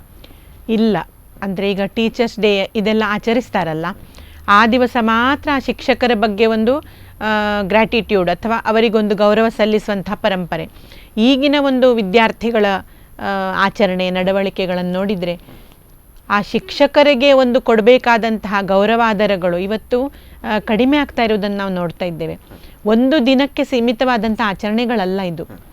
ಇದು ನಮ್ಮ ಹೃದಯದಲ್ಲಿರುವಂತಹ ಅವರ ಬಗೆಗಿನ ಕೃತಜ್ಞತೆ ವ್ಯಕ್ತಪಡಿಸಲಿಕ್ಕೆ ಮಾತ್ರ ಒಂದು ದಿನ. ನಮ್ಮ ಮನಸ್ಸಿನಲ್ಲಿ ನಿರಂತರವಾಗಿ ಆ ನಮಗೆ ಕಲಿಸಿದಂತಹ ವ್ಯಕ್ತಿಯ ಬಗ್ಗೆ ಗೌರವಾದರಗಳನ್ನು ನಾವು ಇಟ್ಕೊಳ್ಬೇಕು. ಆದರೆ ಗುರು ಎಂಬ ಸಂದರ್ಭದಲ್ಲಿ ನಾವು ಒಂದು ದಿನಕ್ಕೋಸ್ಕರ ಮಾಡುವ ಆಚರಣೆ ಅಲ್ಲ ಇದು. ವರ್ಷ ಪೂರ್ತಿ ನಿಜವಾದ ಶಿಷ್ಯನು ಗುರುಗಳಿಗೆ ಏನು ಅಪೇಕ್ಷಿತ ಇದೆ ಆ ಕೃತಿಗಳನ್ನೇ ಮಾಡ್ತಾ ಅವರ ಋಣವನ್ನು ತೀರಿಸುವ ಪ್ರಯತ್ನ ಮಾಡ್ತಾ ಅವರು ಹೇಳಿದ ಸಾಧನೆಯನ್ನು ಜೀವನ ಪರ್ಯಂತ ಅಂದರೆ ತನ್ನ ಕೊನೆಯುಸಿರಿನ ತನಕ ಮಾಡ್ತಾನೆ. ಹಾಗಾಗಿ ಗುರು ಪೂರ್ಣಿಮೆ ಎಂಬುದು ಕೇವಲ ವ್ಯಕ್ತ ಭಾವವನ್ನು ತೋರಿಸಲಿಕ್ಕೆ ಆ ಒಂದು ದಿನ ಆಚರಣೆ ಮೂಲಕ ತೋರಿಸ್ತೇವೆ. ಇತರ ದಿನಗಳಲ್ಲಿ ನಾವು ಇದನ್ನು ಸಾಧನೆಯನ್ನು ಮಾಡ್ತಾ ಗುರುಗಳಿಗೆ ಕೃತಜ್ಞತೆಯನ್ನು ವ್ಯಕ್ತಪಡಿಸಬೇಕು. ಯಾಕಂದರೆ ಈಗಿನ ಒಂದು ಕಾಲಘಟ್ಟದಲ್ಲಿ ಪ್ರತಿಯೊಂದು ಆಚರಣೆ ಆಗಿರ್ಬೋದು ಅಥವಾ ಯಾವುದೇ ಒಂದು ಧಾರ್ಮಿಕ ಆಚರಣೆಗಳಿಗೆ ಕೂಡ ಒಬ್ಬರು ಹಿಂಬಾಲಕರು ಅಂತ ಬೇಕಾಗುತ್ತೆ. ಅಂದರೆ ಈಗಿನ ಒಂದು ವಿದ್ಯಾರ್ಥಿಗಳಿಗಾಗಿರ್ಬೋದು, ಯುವಕರಿಗೆ ಇದನ್ನು ಮಾಡಿ ಇಂಥ ದಿನ ಇಂಥ ಒಂದು ಕಾರ್ಯಕ್ರಮ ಇದೆ, ಈಗ ನೀವು ಕೂಡ ಈ ಕಾರ್ಯಕ್ರಮಗಳನ್ನು ಮಾಡ್ತಾ ಇದ್ದೀರಾ. ಸೊ ಸಂಬಂಧಪಟ್ಟ ಹಾಗೆ ಇಂಥ ಒಂದು ಭಾವನೆ ಅಂತರ್ಗತವಾಗಿ ಬರಬೇಕು ಅನ್ನುವಂಥ ಒಂದು ನಿರೀಕ್ಷೆ ಎಲ್ಲರಲ್ಲೂ ಕೂಡ ಇರುತ್ತೆ. ಸೊ ಯುವಕರಲ್ಲಾಗಿರ್ಬೋದು, ಈಗಿನ ಯುವ ಜನಾಂಗ ಅನ್ನುವಂಥದ್ದು ಇದರ ಒಂದು ಮೂಲ ಅನ್ನುವಂಥದ್ದು ಏನು, ಇದರ ಹಿನ್ನೆಲೆ ಅನ್ನುವಂಥದ್ದನ್ನು ಕೇವಲ ಒಂದು ದಿನಕ್ಕೆ ಮಾತ್ರ ಸೀಮಿತವಾಗಿರುವಂಥದ್ದು ಸರಿಯಲ್ಲ. ಸೊ ಈ ನಿಟ್ಟಿನಲ್ಲಿ ಯಾವ ರೀತಿ ನಾವು ಕಾರ್ಯಚರಿಸಬೇಕಾಗುತ್ತೆ? ಅಂದರೆ ಈಗ ಧರ್ಮ ಶಿಕ್ಷಣದ ಅಭಾವದಿಂದ ಗುರು ಶಿಷ್ಯ ಇದೆಲ್ಲದರ ಬಗ್ಗೆ ಒಂದು ಅಜ್ಞಾನ ಇದೆ ಸಮಾಜದಲ್ಲಿ. ಇದರ ಮಹತ್ವವೇ ಗೊತ್ತಿಲ್ಲ. ಇವತ್ತು ಆಗಲೇ ನೀವು ಹೇಳಿದ ಹಾಗೆ ಗುರು ಅಂತ ಹೇಳಿದ್ಕೊಳ್ಳೆ ಒಬ್ಬರು ಟೀಚರ್ ಅಂತ ನಾವು ಎಣಿಸ್ತೇವೆ. ಆದರೆ ವಾಸ್ತವದಲ್ಲಿ ಈ ರೀತಿ ಇಲ್ಲದಿರುವುದರಿಂದ ಧರ್ಮ ಶಿಕ್ಷಣದ ಅಭಾವದಿಂದ ಗುರು ಎಂಬ ವ್ಯಕ್ತಿಗೆ ಸಲ್ಲಿಸಬೇಕಾದಂಥ ಗೌರವ ಇವತ್ತು ಸಿಗ್ತಾ ಇಲ್ಲ. ಮತ್ತು ಈ ಒಂದು ಗುರು ಶಬ್ದವನ್ನು ಕೂಡ ಅಪಬಳಕೆ ಮಾಡುವಂಥದ್ದನ್ನು ನಾವು ನೋಡ್ತೇವೆ. ಅಂದರೆ ಈಗ ದುಶ್ಚಟಗಳು, ದುರ್ವ್ಯಸನಗಳು ಇದನ್ನು ಒಬ್ಬರಿಂದ ಕಲಿತ್ರೆ ಸಾಮಾನ್ಯ ಆಡು ಭಾಷೆಯಲ್ಲಿ ಜನರು ಹೇಳ್ತಾರೆ ಇವನಿಗೆ ಅವನೇ ಇದನ್ನೆಲ್ಲ ಕಲಿಸಿದ ಗುರು ಅಂಥೇಳಿ. ಅಂದರೆ ಎಷ್ಟರ ತನಕ ಅಜ್ಞಾನ ಇದೆ ಎಂದು ಸಮಾಜದಲ್ಲಿ. ಗುರು ಎಂಬ ಶಬ್ದ ಇದೆಲ್ಲ, ಇದು ಒಂದು ಆಧ್ಯಾತ್ಮಿಕ ಹಿನ್ನೆಲೆ ಇರುವಂತಹ ಶ್ರೇಷ್ಠವಾದ ಶಬ್ದ. ಅಜ್ಞಾನದಿಂದ ಜ್ಞಾನದ ಕಡೆ ಕರ್ಕೊಂಡು ಹೋಗುವಂತಹ ವ್ಯಕ್ತಿಗೆ ಸಂಬಂಧಪಟ್ಟಂಥ ಶಬ್ದವನ್ನು ಇವತ್ತು ಲೌಕಿಕ ಅಧಪತನಕ್ಕೆ ಕಾರಣವಾಗುವ ವ್ಯಕ್ತಿಗಳಿಗೆ ಕೂಡ ಬಳಸುವಂತಹ ಒಂದು ಅಜ್ಞಾನ ಇವತ್ತು ಸಮಾಜದಲ್ಲಿದೆ. ಇದಕ್ಕೆಲ್ಲ ಮೂಲ ಕಾರಣ ಧರ್ಮದ ಬಗ್ಗೆ ಇವತ್ತು ಶಿಕ್ಷಣ ಇಲ್ಲ. ಪಾಶ್ಚಾತ್ಯ ಸಂಸ್ಕೃತಿಯನ್ನೇ ನಾವು ಶಿಕ್ಷಣ ಪದ್ಧತಿಯಲ್ಲೂ ಕಲಿತೇವೆ, ಆಚರಣೆಯಲ್ಲೂ ಕಲಿತೇವೆ. ಮಾಧ್ಯಮ ಇರ್ಬೋದು, ಸಮಾಜದಲ್ಲಿರ್ಬೋದು, ಎಲ್ಲರೂ ಕೂಡ ಅದನ್ನೇ ಅನುಕರಣೆ ಮಾಡೋದ್ರಿಂದ ಗುರು ಎಂಬ ಶಬ್ದಕ್ಕೆ ಸಿಗಬೇಕಾದಂತಹ ಗೌರವವೂ ಸಿಗ್ತಾ ಇಲ್ಲ. ಮತ್ತು ಅವರಿಗೆ ಬೇಕಾದಂತಹ ಏನು ನಾವು ಮಾಡಬೇಕು ಕೃತಿ ಅದು ಕೂಡ ಜನರಲ್ಲಿ ಇವತ್ತು ಅಜ್ಞಾನ ಇದೆ ಅದರ ಬಗ್ಗೆ. ಅದಕ್ಕಾಗಿ ಸನಾತನ ಸಂಸ್ಥೆಯಂಥ ಸಂಘಟನೆಗಳು ಗುರು ಶಿಷ್ಯ ಪರಂಪರೆ ಬಗ್ಗೆ, ಗುರುಗಳ ಮಹತ್ವದ ಬಗ್ಗೆ ಇದೆಲ್ಲವನ್ನು ಸಮಾಜದಲ್ಲಿ ಪ್ರಸಾರ ಮಾಡಿ ಒಂದು ಈ ಕಾರ್ಯಕ್ರಮದ ಮುಖಾಂತರ ಗುರು ಶಿಷ್ಯ ಪರಂಪರೆಯ ಮಹಾನತೆಯನ್ನು ಸಮಾಜಕ್ಕೆ ಬಿಂಬಿಸುವ ಕೆಲಸವನ್ನು ಮಾಡ್ತಾ ಇದ್ದೇವೆ. ಮತ್ತು ತಕ್ಕ ಮಟ್ಟಿಗೆ ಇದರಲ್ಲಿ ನಮಗೆ ಯಶಸ್ಸು ಕೂಡ ಸಿಕ್ಕಿದೆ. ಈಗ ಸಾವಿರಾರು ಜನರು ಇದರ ಮಹತ್ವ ತಿಳ್ಕೊಂಡು ಇದನ್ನು ಆಚರಣೆ ಮಾಡಲಿಕ್ಕೆ ಅಂದರೆ ಯೋಗ್ಯ ರೀತಿಯಲ್ಲಿ ಅದೇ ದಿವಸ ಆಚರಣೆ ಮಾಡುವ ಪ್ರಯತ್ನಗಳನ್ನು ಮಾಡ್ತಾ ಇದ್ದಾರೆ. ಮತ್ತು ಸಮಾಜಕ್ಕೆ ಕೂಡ ನಾವು ಈ ಮೂಲಕ ಸಂದೇಶವನ್ನು ನೀಡಲಿಕ್ಕೆ ಈ ಮಾಧ್ಯಮದಿಂದ ಬಯಸ್ತೇವೆ. ಇನ್ನಷ್ಟು ಕಾರ್ಯಕ್ರಮದಲ್ಲಿ ಮಾತನಾಡೋದಕ್ಕಿದೆ. ಈಗಾಗಲೇ ಹೇಳಿದ ಹಾಗೆ ಒಂದು ಗುರು ಶಿಷ್ಯರ ಬಾಂಧವ್ಯ ಅನ್ನುವಂಥದ್ದು ಕೇವಲ ಒಂದು ದಿನಕ್ಕೆ ಮಾತ್ರ ಸೀಮಿತವಾಗಬಾರ್ದು. ಧಾರ್ಮಿಕ ಆಚರಣೆಗಳ ಮೂಲಕವಾದರೂ ಕೂಡ ಗುರುವಿಗೆ ಸಲ್ಲಿಸುವಂಥ ಒಂದು ಗೌರವವನ್ನು ನಾವು ನೀಡಬೇಕಾಗಿರುವಂಥದ್ದು ನಮ್ಮೆಲ್ಲರ ಒಂದು ಆದ್ಯ ಕರ್ತವ್ಯ. ಇದಲ್ಲದೆ ಈ ಕುರಿತಾಗಿ ಸಾಕಷ್ಟು ಮಾಹಿತಿಯನ್ನು, ಜ್ಞಾನವನ್ನು ನಮಗೆ ನಮ್ಮ ಅತಿಥಿಗಳು ನೀಡಿದ್ದಾರೆ. ಇನ್ನಷ್ಟು ಮಾಹಿತಿಯನ್ನು ನಿಮಗೆ ನೀಡ್ತೀವಿ. ಕಾರ್ಯಕ್ರಮ ಮುಂದುವರಿಯುತ್ತೆ ಸಣ್ಣ ವಿರಾಮದ ಬಳಿಕ.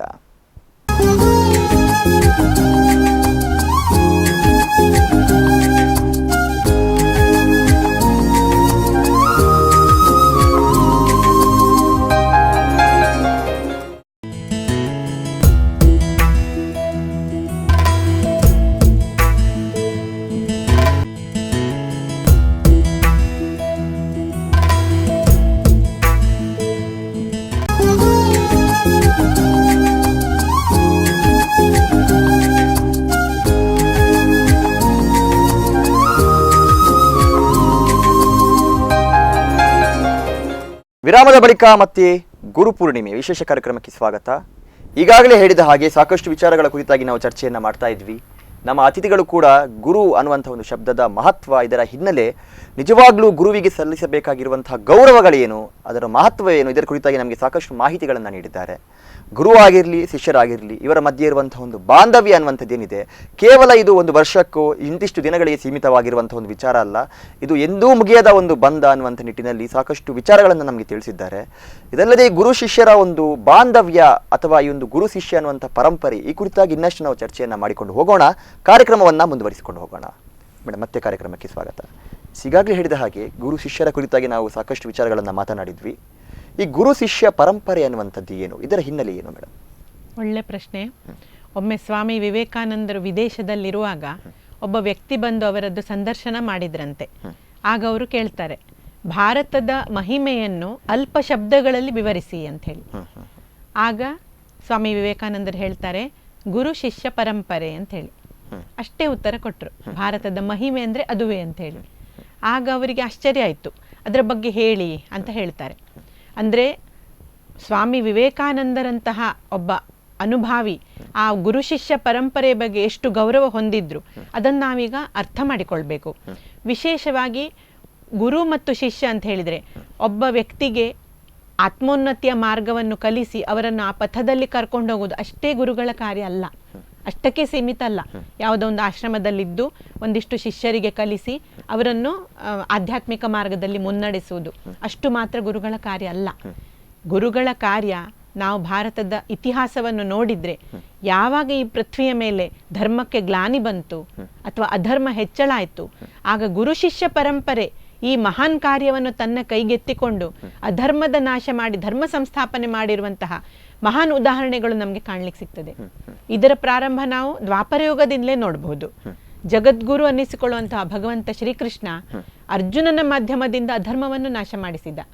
ಭಗವದ್ಗೀತೆಯ ಬೋಧನೆಯನ್ನು ಮಾಡ್ತಾನೆ ಅವನಿಗೆ, ಮತ್ತು ಆ ಧರ್ಮದ ಸಂಸ್ಥಾಪನೆಗೋಸ್ಕರ ತನ್ನದೇ ದಾಯಾದಿಗಳನ್ನು ಅಂದರೆ ಕೌರವರನ್ನು ಹೇಗೆ ಕೊಲ್ಲುವುದು ಅಂತ ಪ್ರಶ್ನೆ ಬರ್ತದೆ ಅಜ್ಞಾನದಿಂದ ಅರ್ಜುನನಿಗೆ. ಅವನಿಗೆ ಜ್ಞಾನದ ಮಾರ್ಗವನ್ನು ಉಪದೇಶಿಸಿ ಇವತ್ತು ನಾವು ಜಗದ್ಗುರು, ಕೃಷ್ಣಂ ಒಂದೇ ಜಗದ್ಗುರುಂ ಅಂತ ಹೇಳ್ತೇವೆ ನಾವು. ಆ ಜಗದ್ಗುರುವಿನ ಸ್ಥಾನ ಪರಮಾತ್ಮನೇ ತಾನು ತೆಗೆದುಕೊಂಡು ಅರ್ಜುನನ ಮಾಧ್ಯಮದಿಂದ ಧರ್ಮ ಸಂಸ್ಥಾಪನೆ ಮಾಡಿಸಿದ. ಪಾಂಡವರು ಪುನಃ ಧರ್ಮಾಧಿಷ್ಠಿತ ರಾಷ್ಟ್ರವನ್ನು ಸ್ಥಾಪನೆ ಮಾಡಿದ್ರು. ಅದರ ನಂತರದ ನಮ್ಮ ಭಾರತದ ಇತಿಹಾಸ ನೋಡ್ಲಿಕ್ಕೆ ಹೋದ್ರೆ ಆರ್ಯಾವರ್ತವಾಗಿದ್ದಂತಹ ಅಂದ್ರೆ ಈಗಿನ ಭಾರತ ಅಲ್ಲ, ಬಹುದೊಡ್ಡ ಪ್ರದೇಶ ನಮ್ಮದಾಗಿತ್ತು. ಅಫ್ಘಾನಿಸ್ತಾನ್, ಪಾಕಿಸ್ತಾನ್ ಈಗೆಲ್ಲ ಆಗಿದೆ ಅದು. ಆದ್ರೆ ಮೊದಲು ಇಡೀ ಈ ಭೂಮಂಡಲ ಆರ್ಯಾವರ್ತ ಅನಿಸಿಕೊಳ್ತಾ ಇತ್ತು. ಆ ಸಂದರ್ಭದಲ್ಲಿ ಆರ್ಯ ಚಾಣಕ್ಯರ ಹೆಸರು ತಾವು ಕೇಳಿರ್ಬೋದು. ತಕ್ಷಶಿಲೆಯ ಒಂದು ಪ್ರಾಧ್ಯಾಪಕರಾಗಿದ್ರು ಅವರು.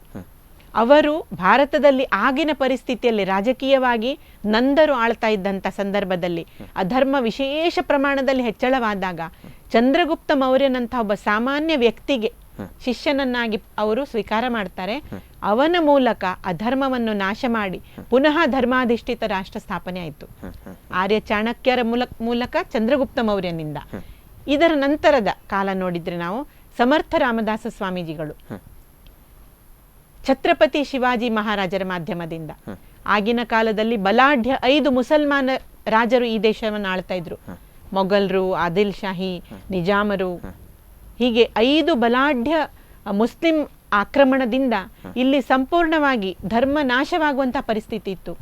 ನಿರಂತರವಾಗಿ ಗೋಹತ್ಯೆ, ಸ್ತ್ರೀಯರ ಮೇಲಿನ ಅತ್ಯಾಚಾರಗಳು, ಮತಾಂತರಗಳು, ಧರ್ಮ ಮತ್ತು ನಮ್ಮ ದೇವಸ್ಥಾನಗಳನ್ನು ನಾಶ ಮಾಡುವುದು, ಧರ್ಮ ಗ್ರಂಥಗಳನ್ನು ಸುಟ್ಟಾಕುವುದು, ಇದು ವ್ಯಾಪಕವಾಗಿ ನಡೀತಾ ಇತ್ತು. ಅದಕ್ಕೆ ಒಬ್ಬರು ಕವಿ ಬರೀತಾರೆ, ಕಾಶೀಜಿ ಕಿ ಕಳಾನ ಹೋತಿ, ಮಥುರಾ ಮಸ್ಜಿದ್ ಹೋತಿ, ಅಗರ್ ಶಿವಬಾನ ಹೋತೆ ತೋ ಸುನ್ನತ್ ಹೋತಿ ಸಬಕಿ ಅಂತ ಹೇಳಿ. ಅಂದ್ರೆ ಶಿವಾಜಿ ಇಲ್ಲ ಅಂತಾದ್ರೆ ಇವತ್ತು ನಾವು ಯಾರು ಇಲ್ಲಿ ಧರ್ಮಾಚರಣೆ ಮಾಡಿಕೊಂಡಿರ್ಲಿಕ್ಕೆ ಸಾಧ್ಯ ಇರಲಿಲ್ಲ. ಅಂತಹ ಕಠಿಣ ಪರಿಸ್ಥಿತಿಯಲ್ಲಿ ಸಮರ್ಥ ರಾಮದಾಸ ಸ್ವಾಮೀಜಿಗಳು ಶಿವಾಜಿಯ ಮಾಧ್ಯಮದಿಂದ ಪುನಃ ಧರ್ಮ ಸಂಸ್ಥಾಪನೆಯನ್ನು ಮಾಡಿದ್ರು. ಹಿಂದ್ವಿ ಸ್ವರಾಜ್ಯ ಅಂತ ಹೇಳಿ ಸ್ಥಾಪನೆ ಆಯ್ತು. ಈ ದಿಕ್ಕಿಗೆ ಮುಖ ಮಾಡ್ಲಿಕ್ಕೆ ಆಗ್ಲಿಲ್ಲ ಮುಸಲ್ಮಾನ್ ರಾಜರಿಗೆ. ಆಗ ತನ್ನಷ್ಟಕ್ಕೆ ಇಲ್ಲಿ ನಡೀತಾ ಇದ್ದಂತಹ ಗೋಹತ್ಯೆಗಳು ನಿಂತಿತು, ಸ್ತ್ರೀಯರು ಸುರಕ್ಷಿತರಾದ್ರು, ಧರ್ಮ ಪರಂಪರೆ ದೇವಾಲಯಗಳು ಉಳಿದ್ವು. ಇವತ್ತು ಧರ್ಮ ಉಳಿದಿದೆ ಆದ್ರೂ ಶಿವಾಜಿಯಿಂದ. ಅಂದ್ರೆ ಸಮರ್ಥ ರಾಮದಾಸರ ಸಮರ್ಥ ಮಾರ್ಗದರ್ಶನದಿಂದ ಶಿವಾಜಿ ಮಹಾರಾಜರಂತಹ ಒಬ್ಬರು ನಮ್ಮ ಈ ಧರ್ಮವನ್ನು ಉಳಿಸುವ ಕಾರ್ಯ ಮಾಡಿದ್ರು. ಇದರ ನಂತರ ನಾವು ನೋಡುವ ನಮ್ದು ವಿಜಯನಗರ ಸಾಮ್ರಾಜ್ಯ. ಇತಿಹಾಸದಲ್ಲಿ ಸುವರ್ಣಾಕ್ಷರದಲ್ಲಿ ಬರೆಯುವಂತಹ ಮಹಾನ್ ನಮ್ಮ ವಿಜಯನಗರ ಸಾಮ್ರಾಜ್ಯ ಇದು ಸ್ಥಾಪನೆಯಾಗಿದ್ದು ಮಹರ್ಷಿ ವಿದ್ಯಾರಣ್ಯರೆಂಬ ಒಬ್ಬ ಗುರುವಿನಿಂದ ಹರಿಹರ ಬುಕ್ಕ ಎಂಬ 2 ಯುವಕರ ಮೂಲಕ. ದಾರಿ ತಪ್ಪಿದಂತಹ 2 ಯುವಕರನ್ನು ಅವರಲ್ಲಿರುವ ಒಂದು ಶಕ್ತಿಯನ್ನು ಗುರುತಿಸಿ ಈ ಗುರುಗಳು ಅವರನ್ನು ತಮ್ಮ ಶಿಷ್ಯರನ್ನಾಗಿ ಮಾಡಿಕೊಂಡ್ರು ಮತ್ತು ಅವರಿಗೆ ಆ ರಾಜ್ಯ ಕಟ್ಟಲಿಕ್ಕೆ ಬೇಕಾದಂತಹ ಸಂಪತ್ತನ್ನು ತಮ್ಮ ಆಧ್ಯಾತ್ಮಿಕ ಬಲದಿಂದ ಅವರಿಗೆ ಒದಗಿಸಿಕೊಟ್ರು. ವಿಜಯನಗರ ಸಾಮ್ರಾಜ್ಯದ ಸ್ಥಾಪನೆ ಆಯಿತು. ಇದು 100 ವರ್ಷಗಳ ಕಾಲ ಭಾರತದ ಒಂದು ಕೀರ್ತಿಯನ್ನು ಜಗತ್ತಿನೆಲ್ಲೆಡೆಗೆ ಒಂದು ಸಾರಿದಂತಹ ಮಹಾನ್ ಒಂದು ಸಾಮ್ರಾಜ್ಯ. ಇದನ್ನು ಸ್ಥಾಪನೆ ಮಾಡಿದ್ದು ಹರಿಹರ ಬುಕ್ಕರು ವಿದ್ಯಾರಣ್ಯರಿಂದಾಗಿ. ನಂತರದ್ದು ನಾವು ನೋಡಬಹುದು ಇತ್ತೀಚಿನ 100 ವರ್ಷಗಳ ಇತಿಹಾಸದಲ್ಲಿ ರಾಮಕೃಷ್ಣ ಪರಮಹಂಸರಂತಹ ಮಹಾನುಭಾವರು ಸ್ವಾಮಿ ವಿವೇಕಾನಂದರ ಮಾಧ್ಯಮದಿಂದ ಯಾವಾಗ ಭಾರತೀಯರಿಗೆ ತಾವು ಹಿಂದೂಗಳು, ನಾವು ಹಿಂದೂ ಧರ್ಮದವರಂತ ಹೇಳಲಿಕ್ಕೆ ನಾಚಿಕೆ ಅನಿಸ್ತಿತ್ತು, ಆ ಸಂದರ್ಭದಲ್ಲಿ ಸ್ವಾಮಿ ವಿವೇಕಾನಂದರಂತಹ ಒಬ್ಬ ಶಿವಾತ್ಮರನ್ನು ಅವರು ತಯಾರು ಮಾಡ್ತಾರೆ ಶಿಷ್ಯರನ್ನಾಗಿ. ಮತ್ತು ಶಿಕಾಗೋದಲ್ಲಿ ನಡೆದಂತಹ ವಿಶ್ವ ಧರ್ಮ ಸಮ್ಮೇಳನದಲ್ಲಿ ಪುನಃ ಭಾರತದ ಮಹಿಮೆ, ನಮ್ಮ ಧರ್ಮದ ಒಂದು ಅದರ ಉನ್ನತ ಸ್ಥಿತಿಯನ್ನು ಜಗತ್ತಿಗೆ ಸಾರಿ ಇವತ್ತು ಭಾರತೀಯರನ್ನು ಎಷ್ಟು ಗೌರವದಿಂದ ಪಾಶ್ಚಾತ್ಯರು ನೋಡ್ತಾರೆ. ಇದಕ್ಕೆ ಮೂಲ ಕಾರಣ ಸ್ವಾಮಿ ವಿವೇಕಾನಂದರು. ಅಂದ್ರೆ ಈ ಗುರು ಶಿಷ್ಯ ಪರಂಪರೆ ಕೇವಲ ಒಂದಿಷ್ಟು ಶಿಷ್ಯರನ್ನು ನಿರ್ಮಾಣ ಮಾಡಿ ಆಧ್ಯಾತ್ಮಿಕ ಮೋಕ್ಷಕ್ಕೆ ಅವರನ್ನು ಕರ್ಕೊಂಡು ಹೋಗೋ ಕೆಲಸ ಮಾತ್ರ ಮಾಡಲಿಲ್ಲ. ಈ ಭೂಮಿಯ ಮೇಲೆ ಯಾವಾಗ ಧರ್ಮ ಗ್ಲಾನಿ ಆಯಿತು, ಆ ಸಂದರ್ಭದಲ್ಲಿ ಪುನಃ ಧರ್ಮ ಸಂಸ್ಥಾಪನೆ ಮಾಡುವಂತಹ ಗುರುತರ ಜವಾಬ್ದಾರಿಯನ್ನು ನಿರ್ವಹಿಸಿದ್ದು ನಾವು ಇತಿಹಾಸದಲ್ಲಿ ನೋಡ್ತೇವೆ. ಇದೇ ಪರಿಸ್ಥಿತಿ ಪುನಃ ಇವತ್ತು ಬಂದಿದೆ ಸಮಾಜಕ್ಕೆ. ಧರ್ಮಕ್ಕೆ ಗ್ಲಾನಿ ಬಂದಿದೆ, ಅಧರ್ಮ ಹೆಚ್ಚಳ ಆಗ್ತಾ ಇದೆ. ಅದಕ್ಕಾಗಿ ತ್ರಿಕಾಲಜ್ಞಾನಿ ಸಂತರು ಪುನಃ ಹೇಳ್ತಾ ಇದ್ದಾರೆ, ಈ ಗುರು ಶಿಷ್ಯ ಪರಂಪರೆ ಈಗಿನ ಕೂಡ ಈ ಒಂದು ಪರಿಸ್ಥಿತಿಯನ್ನು ಬದಲಾಯಿಸಿ ಧರ್ಮದ ಸಂಸ್ಥಾಪನೆ ಮಾಡುವಂತಹ ಜವಾಬ್ದಾರಿ ವಹಿಸಿಕೊಳ್ಬೇಕಾಗಿದೆ. ಅಂತಹ ಕಾರ್ಯವನ್ನು ಇವತ್ತು ಸಾವಿರಾರು ಆಧ್ಯಾತ್ಮಿಕ ಸಂಘಟನೆಗಳು ಮಾಡ್ತಾ ಇದ್ದಾವೆ. ಅದರಲ್ಲಿ ಸನಾತನ ಸಂಸ್ಥೆ ಕೂಡ ಒಂದು. ಸಮಾಜದಲ್ಲಿ ಧರ್ಮ ಪ್ರಸಾರ ಮಾಡಿ ಈ ಪಾಶ್ಚಾತ್ಯ ಸಂಸ್ಕೃತಿ ಅಂಧಾನುಕರಣೆಯಿಂದ ಇವತ್ತಿನ ಯುವಜನಾಂಗ ಏನು ಕೆಟ್ಟ ಹಾದಿಯಲ್ಲಿ ಹೋಗ್ತಾ ಇದೆ, ನೈತಿಕ ಅಧಪ್ಪತನದತ್ತ ಹೋಗ್ತಾ ಇದೆ, ನಾವೆಲ್ಲರೂ ನೋಡ್ತಾ ಇದ್ದೇವೆ. ಅದೆಲ್ಲವನ್ನು ಪುನಃ ಬದಲಾಯಿಸಬೇಕಾದ್ರೆ ಗುರು ಶಿಷ್ಯ ಪರಂಪರೆಯೊಂದೇ ಇದನ್ನು ಮಾಡಲಿಕ್ಕೆ ಸಾಧ್ಯ. ಯಾಕಂದ್ರೆ ಭಾರತ ಮಾತೆ ವಿಶ್ವ ಗುರುವಾಗಿದ್ದು ತನ್ನ ಆಧ್ಯಾತ್ಮಿಕ ಬಲದಿಂದ, ಯಾವುದೇ ರಾಜಕೀಯ ಬಲ, ಧನದ ಬಲ ಇದರಿಂದಲ್ಲ.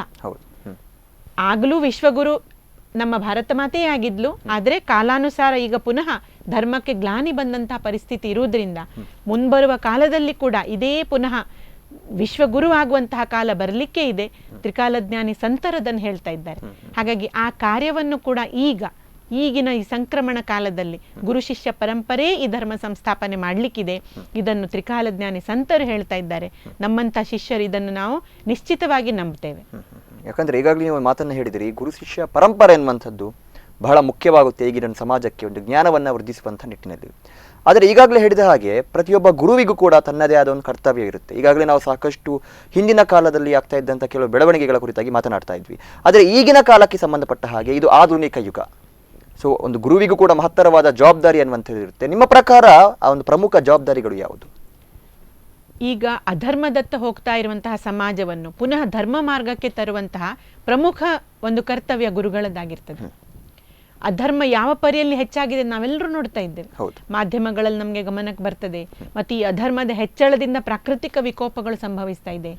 ಅಂದ್ರೆ ಆ ವೈಬ್ರೇಷನ್ಸ್ ಹೇಳ್ತೇವೆ ನಾವು, ನೆಗೆಟಿವ್ ವೈಬ್ರೇಷನ್ಸ್ ತುಂಬಾ ಪ್ರಮಾಣದಲ್ಲಿ ಹೆಚ್ಚಾಗಿದೆ. ಅದನ್ನೀಗ ಪುನಃ ಪಾಸಿಟಿವ್ ವೈಬ್ರೇಷನ್ಸ್ ಹೆಚ್ಚು ಮಾಡುವ ಕೆಲಸ ಇದು ಗುರುಗಳ ಕಾರ್ಯ. ಅಂದ್ರೆ ಗುರು ಎಂಬವನು ಕೇವಲ ಒಂದಿಬ್ಬರು ಶಿಷ್ಯರನ್ನು ನಿರ್ಮಾಣ ಮಾಡುವುದಲ್ಲ, ಇಡೀ ಸಮಾಜವನ್ನು ಇವತ್ತು ಧರ್ಮದ ಮಾರ್ಗಕ್ಕೆ ತರುವ ಕಾರ್ಯ ಮಾಡಬೇಕಾಗಿದೆ.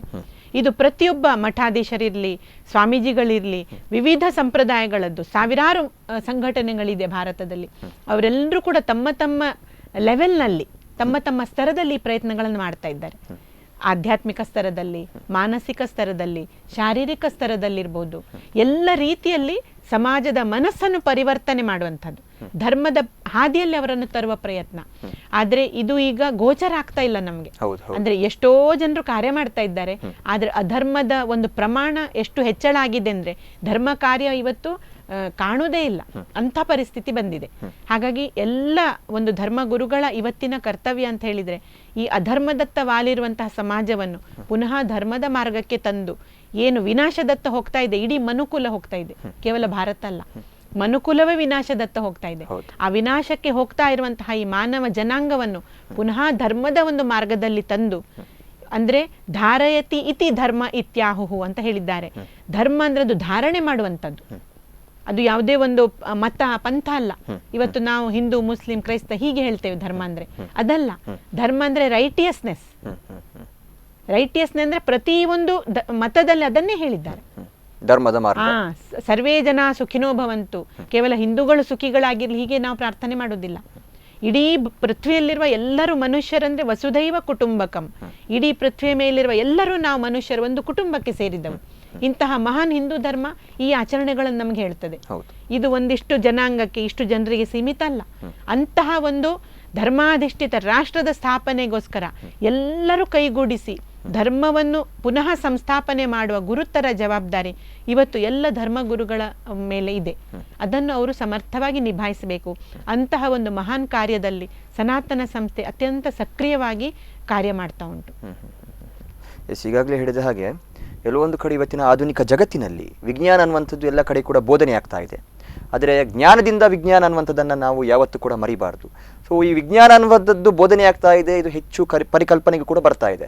ಆದರೆ ಜ್ಞಾನ ಅನ್ನುವಂಥದ್ದು ದೂರ ಆಗ್ತಾ ಇದೆ ಮನುಷ್ಯರಲ್ಲಿ. ಸಾಮಾನ್ಯ ಜ್ಞಾನವಾಗಿರ್ಬೋದು, ಧಾರ್ಮಿಕ ಜ್ಞಾನ ಏನೇ ಆಗಿರ್ಬೋದು. ಈ ಕುರಿತಾಗಿ ಏನು ಹೇಳ್ತೀರಾ? ನಿಜ ಹೇಳಿದ್ರಿ. ವಿಜ್ಞಾನ ಅಂತ ಹೇಳಿದರೆ ಮೆಟೀರಿಯಲಿಸ್ಟಿಕ್, ಭೌತಿಕ ಜಗತ್ತಿಗೆ ಸಂಬಂಧಪಟ್ಟದ್ದು. ಅದಕ್ಕೊಂದು ಹೀಗೆ ಮಾಡಿದ್ರೆ ಹೀಗಾಗ್ತದೆ ಅಂತ ಹೇಳಿ ಒಂದು ಸಿದ್ಧ ಇದು ಚೌಕಟ್ಟಿದೆ ಅದಕ್ಕೆ. ಅಧ್ಯಾತ್ಮ ವಿಜ್ಞಾನ ಎಲ್ಲಿ ನಿಲ್ತದೆ ಅಲ್ಲಿಂದ ಮುಂದೆ ಅಧ್ಯಾತ್ಮ ಪ್ರಾರಂಭವಾಗ್ತದೆ. ಯಾಕಂದ್ರೆ ಅಧ್ಯಾತ್ಮ ಅಂದ್ರೆ ಸೂಕ್ಷ್ಮ. ಇದು ಪಂಚಜ್ಞಾನೇಂದ್ರಿಯ, ಮನಸ್ಸು ಮತ್ತು ಬುದ್ಧಿಗೆ ಮೀರಿದಂತಹ ವಿಷಯಗಳು. ಆ ಮೀರಿದ ವಿಷಯಗಳನ್ನು ಕಲಿಸುವಂಥದ್ದು ಕೇವಲ ಸ್ಪಿರಿಚುವಲ್ ಸೈನ್ಸ್ ಮಾತ್ರ. ಆಧ್ಯಾತ್ಮಿಕ ವಿದ್ಯೆಯನ್ನು ಕೊಡುವವರು ಗುರುಗಳು ಮಾತ್ರ. ಯಾಕಂದ್ರೆ ನಮಗೊಂದು ಸುಂದರವಾದ ಸುಭಾಷಿತ ಇದೆ, ಧ್ಯಾನ ಮೂಲಂ ಗುರುಮೂರ್ತಿ, ಪೂಜಾ ಮೂಲಂ ಗುರುಪದಂ, ಮಂತ್ರ ಮೂಲಂ ಗುರುವಾಕ್ಯಂ, ಮೋಕ್ಷ ಮೂಲಂ ಗುರುಕೃಪಾ ಅಂತ ಹೇಳಿ. ಗುರುಕೃಪೆಯಿಂದಲೇ ಒಬ್ಬ ವ್ಯಕ್ತಿ ಆಧ್ಯಾತ್ಮಿಕ ಪ್ರಗತಿ ಮಾಡಿಕೊಳ್ಳಿಕ್ಕೆ ಸಾಧ್ಯ. ಹಾಗಾಗಿ ವಿಜ್ಞಾನ ಎಂಬುದು ನಮ್ಮ ಭೌತಿಕ ಏನೆಲ್ಲ ಬೇಕಲ್ಲ ಸುಖ, ಅದನ್ನು ಮಾತ್ರ ಕೊಡ್ಲಿಕ್ಕೆ ಸಾಧ್ಯ. ಆನಂದ ಎಂಬುದೊಂದಿದೆ, ಈ ಸುಖಕ್ಕೆ ಮೀರಿದಂಥದ್ದು. ಸುಖ ಅಂತ ಹೇಳಿದ್ರೆ ಪಂಚಜ್ಞಾನೇಂದ್ರಿಯಕ್ಕೆ ಬರ್ತದೆ. ಒಳ್ಳೆ ನಾವು ಕೇಳಿದ್ರೆ ಖುಷಿ ಆಗ್ತದೆ, ತಿಂದ್ರೆ ಖುಷಿ ಆಗ್ತದೆ, ಇದು ಪಂಚಜ್ಞಾನೇಂದ್ರಿಯಕ್ಕೆ ಸೀಮಿತ.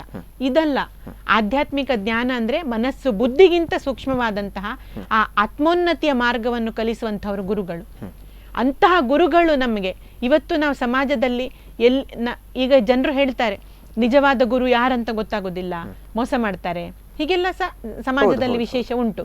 ಅಂದ್ರೆ ಗುರು ಅಂದ್ರೆ ಯಾರು, ಅವರನ್ನು ಹೇಗೆ ನಾವು ಗುರು ಮಾಡಿಕೊಳ್ಳೋದು, ಹೀಗೆ ಸಹ ಪ್ರಶ್ನೆಗಳು ಬರ್ತದೆ.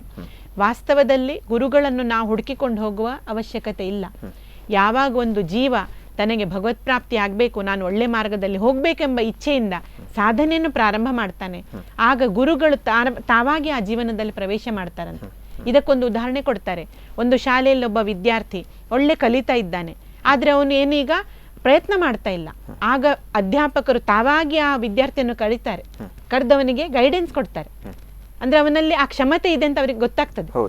ಅವರು ಅವನ ಕಡೆ ಗಮನ ಕೊಡ್ತಾರೆ ಮತ್ತು ಅವನಿಗೆ ಮಾರ್ಗದರ್ಶನ ಮಾಡಿ ನಮ್ಮ ಶಾಲೆಗೆ ಕೀರ್ತಿ ತರುವಂತಹ ಕ್ಷಮತೆ ಇವನಲ್ಲಿ ಉಂಟಂತ ಅವನಿಗೆ ಮಾರ್ಗದರ್ಶನ ಕೊಟ್ಟು ಮುಂದೆ ತರ್ತಾರೆ. ಹಾಗೆ ಒಬ್ಬ ವ್ಯಕ್ತಿ ತನಗೂ ಕೂಡ ಭಗವತ್ ಪ್ರಾಪ್ತಿ ಆಗ್ಬೇಕು, ತನ್ನಲ್ಲಿ ಗುಣಗಳು ವೃದ್ಧಿಸಬೇಕು, ದೋಷಗಳು ಕಡಿಮೆ ಆಗ್ಬೇಕು, ಆತ್ಮೋನ್ನತಿ ಆಗ್ಬೇಕೆಂಬ ವಿಚಾರದಿಂದ ಸಾಧನೆಯನ್ನು ಯಾವಾಗ ಪ್ರಾರಂಭ ಮಾಡ್ತಾನೆ, ಸದ್ಗುರುಗಳು ತಾವಾಗಿ ಅವನ ಜೀವನದಲ್ಲಿ ಪ್ರವೇಶ ಮಾಡ್ತಾರೆ. ಹಾಗಾಗಿ ಯಾವುದೇ ಸಾಧಕರು ನಮ್ಗೆ ಯಾರು ಗುರು, ನಾವೆಲ್ಲಿ ಹುಡುಕಿಕೊಂಡು ಹೋಗುವುದು, ಈ ವಿಚಾರ ಮಾಡುವುದು ಬೇಡ. ಯಾಕಂದ್ರೆ ಗುರು ಎಂಬವನನ್ನು ಗುರುತಿಸುವಷ್ಟು ಕ್ಷಮತೆ ನಮ್ಮಲ್ಲಿಲ್ಲ. ಯಾಕಂದ್ರೆ ಅದು ಸ್ಪಿರಿಚುವಲ್ ವಿಷಯ. ಆಧ್ಯಾತ್ಮಿಕ ಉನ್ನತಿ ಯಾರಲ್ಲಿ ಆಗಿದೆ ಅದನ್ನು ನಮ್ಗೆ ಹೇಳಲಿಕ್ಕೆ ಆಗೋದಿಲ್ಲ. ಆ ವ್ಯಕ್ತಿ ತಾನಾಗಿ ಆ ಶಿಷ್ಯನನ್ನು ತನ್ನವನನ್ನಾಗಿ ಮಾಡಿಕೊಳ್ತಾನೆ ಮತ್ತು ಅವನನ್ನು ಮುಂದೆ ಮುಂದೆ ಕರ್ಕೊಂಡು ಹೋಗ್ತಾನೆ. ಇದು ಗುರುಗಳ ಮಹಿಮೆ. ಹಾಗಾಗಿ ಗುರುಗಳನ್ನು ಹುಡುಕುವ ಇದು ಮಾಡುವುದಕ್ಕಿಂತ ನಾವು ಯೋಗ್ಯ ಶಿಷ್ಯನಾಗ್ಲಿಕ್ಕೆ ಪ್ರಯತ್ನ ಮಾಡ್ಬೇಕಂತ ಶಾಸ್ತ್ರ ಹೇಳ್ತದೆ. ಶಿಷ್ಯನಾಗಬೇಕಾದ್ರೆ ಕೆಲವೊಂದು ಗುಣಗಳು ಬರಬೇಕು. ಆ ಗುರು ಎಂಬ ತತ್ವ ಹೇಳಿದಂತಹ ಮಾರ್ಗದಲ್ಲಿ ಯಾರು ಮುಂದೆ ಮುಂದೆ ಹೋಗ್ತಾನೆ ಅವನೇ ಶಿಷ್ಯ. ಗುರುಗಳು ಹೇಳಿದ ಮಾರ್ಗದಲ್ಲಿ ಹೋಗ್ಬೇಕು. ಆಗ ಗುರುಗಳು ತಮ್ಮನ್ನು ತನ್ನವನನ್ನಾಗಿ ಮಾಡಿಕೊಳ್ತಾರೆ. ಮತ್ತೆ ಆ ಗುರು ಎಂಬ ಒಂದು ಶಬ್ದಕ್ಕೆ ಎಷ್ಟು ಮಹಾನತೆ ನಮ್ಮ ಧರ್ಮ ವಿವರಿಸ್ತದೆ ಅಂತ ಹೇಳಿದ್ರೆ, ಒಂದು ಸುಭಾಷಿತ ಇದೆ, ಗಂಗಾ ಪಾಪಂ ಶಶೀತಾಪಂ ದೈನ್ಯಂ ಕಲ್ಪತರುಸ್ತಥಾ ಪಾಪಂ ತಾಪಂ ಚ ದೈನ್ಯಂಚ ಹರೇತ್ ಶ್ರೀ ಗುರುದರ್ಶನಂ ಅಂತ ಹೇಳಿ ಗುರುಚರಿತ್ರೆಯಲ್ಲಿ ವರ್ಣನೆ ಮಾಡಿದ್ದಾರೆ. ಗಂಗೆಯು ನಮ್ಮ ಪಾಪವನ್ನು ಕಳಿತಾಳಂತೆ, ಚಂದ್ರನಿಂದ ನಮ್ಮ ತಾಪ ಪರಿಹಾರ ಆಗ್ತದೆ. ಮತ್ತು ಪಾಪಂ ತಾಪಂಚ ದೈನ್ಯ, ದೈನ್ಯ ಅಂತ ಹೇಳಿದ್ರೆ ನಮ್ಮ ದೀನತೆ, ಇದು ನಮಗೆ ಕಲ್ಪವೃಕ್ಷದಿಂದ ನಿವಾರಣೆ ಆಗ್ತದೆ. ಆದರೆ ಕೇವಲ ಗುರುಗಳ ದರ್ಶನದಿಂದ ನಮಗೆ ನಮ್ಮ ಎಲ್ಲ ಪಾಪಗಳು ನಾಶವಾಗ್ತದೆ, ನಮ್ಮ ಎಲ್ಲ ತಾಪಗಳು ಅಂದರೆ ಸಂಕಟಗಳು ನಿವಾರಣೆ ಆಗ್ತದೆ, ನಮಗೆ ಏನೇನು ಬೇಕು ಅದೆಲ್ಲವೂ ಪ್ರಾಪ್ತವಾಗ್ತದೆ ಕೇವಲ ಶ್ರೀ ಗುರುಗಳ ದರ್ಶನದಿಂದ ಅಂತೇಳಿ. ಅಂದರೆ ಈ ಗುರುಗಳು ಅಂತ ಹೇಳಿದರೆ ಇವರ ಬಗ್ಗೆ ಒಂದು ವರ್ಣಿಸ್ಲಿಕ್ಕೆ ಸಾಧ್ಯವೇ ಇಲ್ಲ ಅಂತೇಳಿ ಒಬ್ಬರು ಕವಿ ಹೇಳ್ತಾರೆ. ಇಡೀ ಪೃಥ್ವಿಯನ್ನು ಹಾಳೆಯನ್ನಾಗಿ ಮಾಡಿ, ಸಮುದ್ರದ ಎಲ್ಲ ನೀರನ್ನು ಶಾಯಿಯನ್ನಾಗಿ ಮಾಡಿ, ಎಲ್ಲ ವೃಕ್ಷಗಳನ್ನು ನಾವು ಒಂದು ಲೇಖನಿಯನ್ನಾಗಿ ಮಾಡಿದ್ರೂ ಕೂಡ ಗುರುಗಳ ಮಹಿಮೆ ವರ್ಣಿಸ್ಲಿಕ್ಕೆ ಸಾಧ್ಯ ಇಲ್ಲ ಅಂಥೇಳಿ. ಅಂದರೆ ಅಂಥ ಮಹಾನ್ ಗುರುಗಳು ಯಾವ ಜೀವವನ್ನು ಆತ್ಮೋನ್ನತಿಯ ಮಾರ್ಗದಲ್ಲಿ ಕರ್ಕೊಂಡು ಹೋಗ್ತಾರೆ, ಅಂತಹ ಗುರುಗಳನ್ನು ಸ್ಮರಿಸ್ತಾ ಅವರಿಗೆ ಕೃತಜ್ಞತೆ ವ್ಯಕ್ತಪಡಿಸಲಿಕ್ಕೋಸ್ಕರ ಈ ಗುರುಪೂರ್ಣಿಮೆಯನ್ನು ಆಚರಣೆ ಮಾಡ್ತೇವೆ. ಎಸ್, ಪ್ರಮುಖವಾಗಿ ಗುರುಪೂರ್ಣಿಮೆಯ ಸಂದರ್ಭದಲ್ಲಿ ಅಥವಾ ಗುರುಪೂಜೆ ಆಗಿರ್ಬೋದು, ಈ ಹಿಂದಿನ ಕಾಲದಲ್ಲಿ ಗುರು ದಕ್ಷಿಣೆ ಅಂತ ಇತ್ತು, ಆದರೆ ಈಗ ಅದು ಫೀಸ್ ಅಂತ ಬದಲಾವಣೆಯಾಗಿದೆ. ಸೊ ಈ ಗುರುವಿಗೆ ಕೊಡುವಂತಹ ಒಂದು ಅರ್ಪಣೆ, ಇದರ ಒಂದು ಮಹತ್ವ ಏನು ಮೇಡಮ್? ವಿಶೇಷವಾಗಿ ಗುರುಪೂರ್ಣಿಮೆ ಸಂದರ್ಭದಲ್ಲಿ ಗುರುಗಳಿಗೆ ಕಾಣಿಕೆ ಕೊಡಬೇಕು ಅಥವಾ ಗುರು ಅರ್ಪಣೆ ಮಾಡಬೇಕಂತೇಳಿ ಶಾಸ್ತ್ರಗಳು ಹೇಳ್ತದೆ. ಇದರ ಅರ್ಥ ಏನಂದ್ರೆ ಸತ್ಪಾತ್ರೇ ದಾನಂ, ಸತ್ಪಾತ್ರರಿಗೆ ದಾನ ಕೊಡಬೇಕಂತ ಹೇಳಿ ಧರ್ಮಶಾಸ್ತ್ರ ನಮ್ಗೆ ಹೇಳ್ತದೆ. ಪ್ರತಿಯೊಬ್ಬ ವ್ಯಕ್ತಿ ತನ್ನ ಆದಾಯ ಅಂದ್ರೆ ಇನ್ಕಮ್ಮಿನ 20% ನಾನು 100 ರೂಪಾಯಿ ನಾನು ಸಂಪಾದಿಸ್ತೇನಾದ್ರೆ ನಾನು 20 ರೂಪಾಯಿಯನ್ನು ಒಂದು ಧರ್ಮ ಕಾರ್ಯಕ್ಕಾಗಿ ಅರ್ಪಣೆ ಮಾಡಬೇಕು. ಧರ್ಮ ಕಾರ್ಯ, ಸತ್ಪಾತ್ರರಂದ್ರೆ ಯಾರು ಸಮಾಜದ ಉನ್ನತಿಗಾಗಿ, ರಾಷ್ಟ್ರದ ಧರ್ಮದ ಕಾರ್ಯಕ್ಕಾಗಿ ತಮ್ಮನ್ನು ತಾವು ಸಮರ್ಪಣೆ ಮಾಡಿಕೊಂಡಿದ್ದಾರೆ ಅಂಥವರಿಗೆ ಕೊಡ್ಬೇಕಂತ. ಅದು ಗುರುಗಳು ಬಿಟ್ರೆ ಮತ್ತೆ ಯಾರೂ ಇಲ್ಲ. ಗುರುಗಳಂತ ಹೇಳಿದ್ರೆ ತಮಗೋಸ್ಕರ ಅವ್ರು ಏನೂ ಮಾಡೋದಿಲ್ಲ, ಸಮಸ್ತ ಸಮಾಜದ ಉನ್ನತಿಗಾಗಿ, ಸಮಸ್ತ ಸಮಾಜದ ಜನರ ಕಲ್ಯಾಣಕ್ಕಾಗಿ ಕಾರ್ಯ ಮಾಡುವಂಥವರು, ರಾಷ್ಟ್ರದ ಉನ್ನತಿಗಾಗಿ ಕಾರ್ಯ ಮಾಡುವಂಥವರು. ಅಂಥವರು ಅವರೇ ಸರ್ವಥಾ ಯೋಗ್ಯರು ಸತ್ಪಾತ್ರ ದಾನಕ್ಕೆ. ಹಾಗಾಗಿ ಅದು ಕೂಡ ಗುರುಪೂರ್ಣಿಮೆ ಸಂದರ್ಭದಲ್ಲಿ ಯಾಕೆ ಅಂತ ಹೇಳಿದ್ರೆ, ಆಗ್ಲೇ ಹೇಳಿದ ಹಾಗೆ 1000 ಪಟ್ಟು ಹೆಚ್ಚು ಗುರುತತ್ವ ಕಾರ್ಯ ನಿರತವಾಗಿರುವುದರಿಂದ ಆ ಸಮಯದಲ್ಲಿ ನಾವು ಯಾವಾಗ ಗುರು ಕಾರ್ಯಕ್ಕೆ ಅರ್ಪಣೆ ಕೊಡ್ತೇವೆ, ಇದರಿಂದ ನಮ್ಮ ಜನ್ಮ ಜನ್ಮಾಂತರಗಳ ಋಣಗಳು ತೀರ್ಮಾನವಾಗ್ತದೆ. ಯಾರ್ಯಾರಿಗೋ ನಾವು ಎಲ್ಲೆಲ್ಲಿಯೋ ಕೊಡ್ಲಿಕ್ಕೆ ಬಾಕಿ ಇರ್ತದಂತೆ ಜನ್ಮಗಳಲ್ಲಿ, ಅದು ತೀರಿ ಹೋಗಿರುವುದಿಲ್ಲ. ಅದನ್ನು ನಾವು ಋಣಗಳು ಅಂತ ಹೇಳ್ತೇವೆ. ಅದರ ಮೂಲಕ ನಮ್ದು ಪ್ರಾರಬ್ಧ ಇಲ್ಲಿ ನಮಗೆ ಕಷ್ಟ ಕೊಡ್ತಾ ಇರ್ತದೆ. ಅಂತಹ ಪ್ರಾರಬ್ಧವು ಗುರುಗಳಿಗೆ ಕಾಣಿಕೆ ಕೊಡೋದ್ರಿಂದ, ಅರ್ಪಣೆಯನ್ನು ಕೊಡೋದ್ರಿಂದ ನಿವಾರಣೆ ಆಗ್ತದೆ ಅಂತ ಹೇಳಿ ಶಾಸ್ತ್ರ ಹೇಳ್ತದೆ. ಹಾಗಾಗಿ ಗುರುಪೂರ್ಣಿಮೆಯ ಸಂದರ್ಭದಲ್ಲಿ ವಿಶೇಷವಾಗಿ ಶಿಷ್ಯರು ಗುರುಗಳಿಗೆ ಧನದ ರೂಪ ಇರಬಹುದು, ತನು ಮನದಿಂದ, ತಮ್ಮ ಬುದ್ಧಿಯಿಂದ, ಎಲ್ಲ ರೀತಿಯಲ್ಲಿ ಅವರಿಗೆ ತನು ಮನ ಧನ ಬುದ್ಧಿ ಪ್ರಾಣ ಹೀಗೆ ಹೇಳ್ತದೆ ಶಾಸ್ತ್ರ, ಸರ್ವಸ್ವವನ್ನು ಗುರುಚರಣಕ್ಕೆ ಸಮರ್ಪಣೆ ಮಾಡಿ ಗುರುಗಳ ಕಾರ್ಯದಲ್ಲಿ ಸಹಭಾಗಿಯಾಗುವುದು ಇದು ನಿಜವಾದ ನಾವು ಗುರುಗಳಿಗೆ ಸಲ್ಲಿಸಬಹುದಾದ ಕೃತಜ್ಞತೆ ಆಗಿದೆ.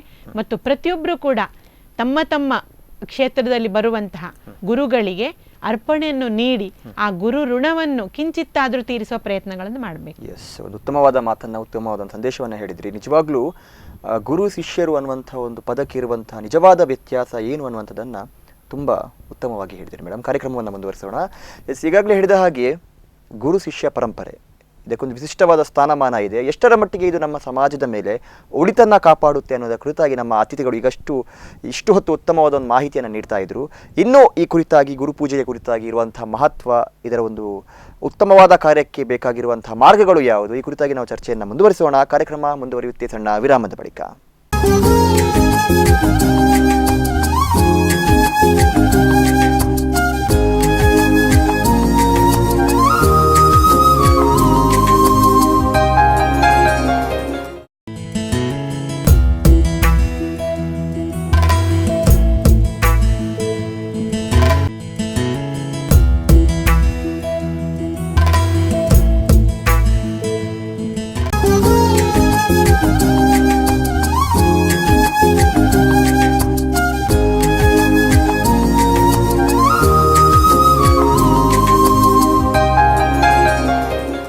ವಿರಾಮದ ಬಳಿಕ ಮತ್ತೆ ಗುರುಪೂರ್ಣಿಮೆ ವಿಶೇಷ ಕಾರ್ಯಕ್ರಮಕ್ಕೆ ಸ್ವಾಗತ. ಎಸ್, ಈಗಾಗಲೇ ನಮ್ಮ ಅತಿಥಿಗಳು ಗುರು ಶಿಷ್ಯರ ಮಧ್ಯೆ ಇರುವಂತಹ ಬಾಂಧವ್ಯ ಆಗಿರ್ಬೋದು, ಇದರ ಮಹತ್ವದ ಕುರಿತಾಗಿ ಸಾಕಷ್ಟು ವಿಚಾರಗಳನ್ನು ಹೇಳಿದ್ದಾರೆ. ಹಾಗೂ ಧಾರ್ಮಿಕವಾಗಿ ಇದರ ಹಿನ್ನೆಲೆ ಏನು, ಇದರ ಮಹತ್ವ ಏನು, ಗುರುಪೂಜೆಯನ್ನು ಮಾಡೋದರ ಮೂಲಕ ಎಷ್ಟರ ಮಟ್ಟಿಗೆ ಸಮಾಜದಲ್ಲಿ ಸ್ವಾಸ್ಥ್ಯ ಅನ್ನುವಂಥದ್ದು ಉಳಿಯುತ್ತೆ, ಈ ಕುರಿತಾಗಿ ಸಾಕಷ್ಟು ವಿಚಾರಗಳನ್ನು ನಮಗೆ ಹೇಳಿದ್ದಾರೆ. ಇದಲ್ಲದೆ ಅವರು ಕಾರ್ಯವನ್ನು ನಿರ್ವಹಿಸ್ತಾ ಇರುವಂಥ ಸನಾತನ ಸಂಸ್ಥೆಯ ಮೂಲಕ ಜಿಲ್ಲೆಯಾದ್ಯಂತ ಈ ಒಂದು ಕಾರ್ಯಕ್ರಮವನ್ನು ಹಮ್ಮಿಕೊಂಡಿದ್ದಾರೆ. ಇದೇ ಬರುವಂತಹ ಜುಲೈ 16ರಂದು. ಸೊ ಯಾವ ರೀತಿ ಈ ಒಂದು ಕಾರ್ಯಕ್ರಮ ನಡೆಯುತ್ತೆ, ಹೇಗೆ ಈ ಒಂದು ಕಾರ್ಯಕ್ರಮವನ್ನು ನಡೆಸಿಕೊಂಡು ಹೋಗ್ತಾರೆ, ಈ ಕುರಿತಾಗಿ ನಮ್ಮ ಕಾರ್ಯಕ್ರಮವನ್ನು ಮುಂದುವರಿಸೋಣ. ಮೇಡಮ್, ಮತ್ತೆ ಕಾರ್ಯಕ್ರಮಕ್ಕೆ ಸ್ವಾಗತ.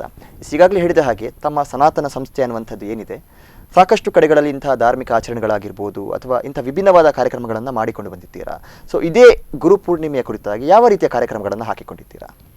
ಜುಲೈ 16ನೇ ತಾರೀಕಿಗೆ ಮಂಗಳವಾರ ಈ ಬಾರಿಯ ಆಷಾಢ ಶುಕ್ಲ ಪೌರ್ಣಮಿ ಅಂದರೆ ವ್ಯಾಸ ಪೂರ್ಣಿಮೆ ಬರ್ತಾ ಇದೆ.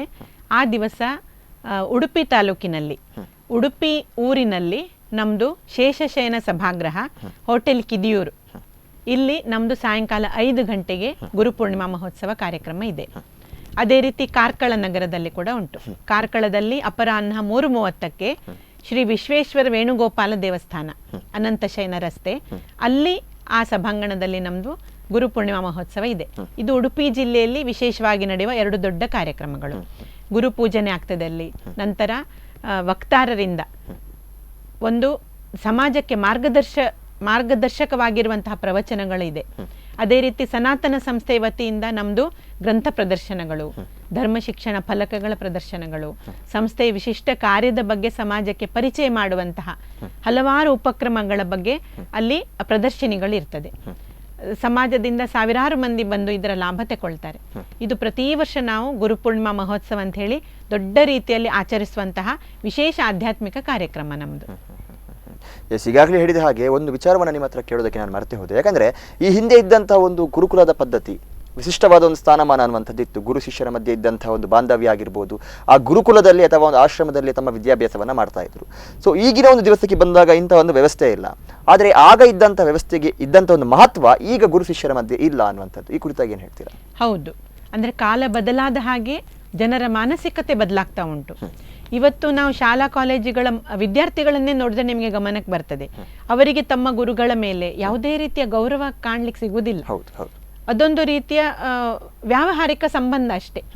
ಕಲಿಯುವಷ್ಟು ಸಮಯ ಮಾತ್ರ ಅಲ್ಲಿ ಅನಿವಾರ್ಯವಾಗಿ ಅವರು ಕೂತ್ಕೊಳ್ತಾರೆ ಆ ಕ್ಲಾಸ್ನಲ್ಲಿ. ಮತ್ತೆ ಅವರಿಗೂ ಇವರಿಗೂ ಏನೂ ಸಂಬಂಧ ಇಲ್ಲ ಶಿಕ್ಷಕರಿಗೆ. ನಾವು ಕಲಿತಾ ಇದ್ದಂಥ ಸಂದರ್ಭದಲ್ಲಿ ನಾವೆಷ್ಟು ಕೊಡ್ತಿದ್ದೆವು ಗೌರವ ಶಿಕ್ಷಕರಿಗೆ, ಅಷ್ಟು ಗೌರವ ಈಗಿನ ಮಕ್ಕಳು ನಿಶ್ಚಿತವಾಗಿ ಕೊಡ್ತಾ ಇಲ್ಲ. ಇದೆಲ್ಲದರ ಮೂಲ ಕಾರಣ ಆ ಒಂದು ಪಾಶ್ಚಾತ್ಯ ಸಂಸ್ಕೃತಿ ಮತ್ತು ವಿದ್ಯಾಭ್ಯಾಸ ಏನು ಪಡ್ಕೊಳ್ತಾ ಇದ್ದಾರೆ ನಮ್ಮ ಮಕ್ಕಳು. ಅಲ್ಲಿ ಈ ಗುರು ಶಿಷ್ಯ ಪರಂಪರೆ ಎಂಬುದರ ಮಹತ್ವವೇ ಇಲ್ಲ. ಗುರು ಎಂಬ ಶಬ್ದದ ಅರ್ಥವೇ ಗೊತ್ತಿಲ್ಲದಂತಹ ಒಂದು ವಿದ್ಯಾರ್ಥಿ ಸಮೂಹ ನಿರ್ಮಾಣ ಆಗ್ತಾ ಇದೆ ಇವತ್ತು. ಹಾಗಾಗಿ ಇದರ ಬಗ್ಗೆ ಜ್ಞಾನ ಅವಶ್ಯಕವಾಗಿ ನಾವು ಕೊಡ್ಬೇಕು ಅವರಿಗೆ. ಈಗ ಶಾಲಾ ಕಾಲೇಜಿನಲ್ಲಿ ಕಲಿಸುವುದಿಲ್ಲ, ಆದರೆ ಮನೆಯಲ್ಲಿ ಸಂಸ್ಕಾರ ಕೊಡಬೇಕು ತಂದೆ ತಾಯಂದಿರು. ಗುರು ಅಂದ್ರೆ ಏನು, ನಾವು ಅವರಿಗೆ ಯಾವ ರೀತಿ ಗೌರವ ಸಲ್ಲಿಸಬೇಕು, ಯಾವ ರೀತಿ ಕೃತಜ್ಞತೆಯಿಂದ ಇರಬೇಕು, ಇದನ್ನು ಮನೆಯಲ್ಲಿ ಸಂಸ್ಕಾರ ಕೊಡಬೇಕಾಗಿದೆ.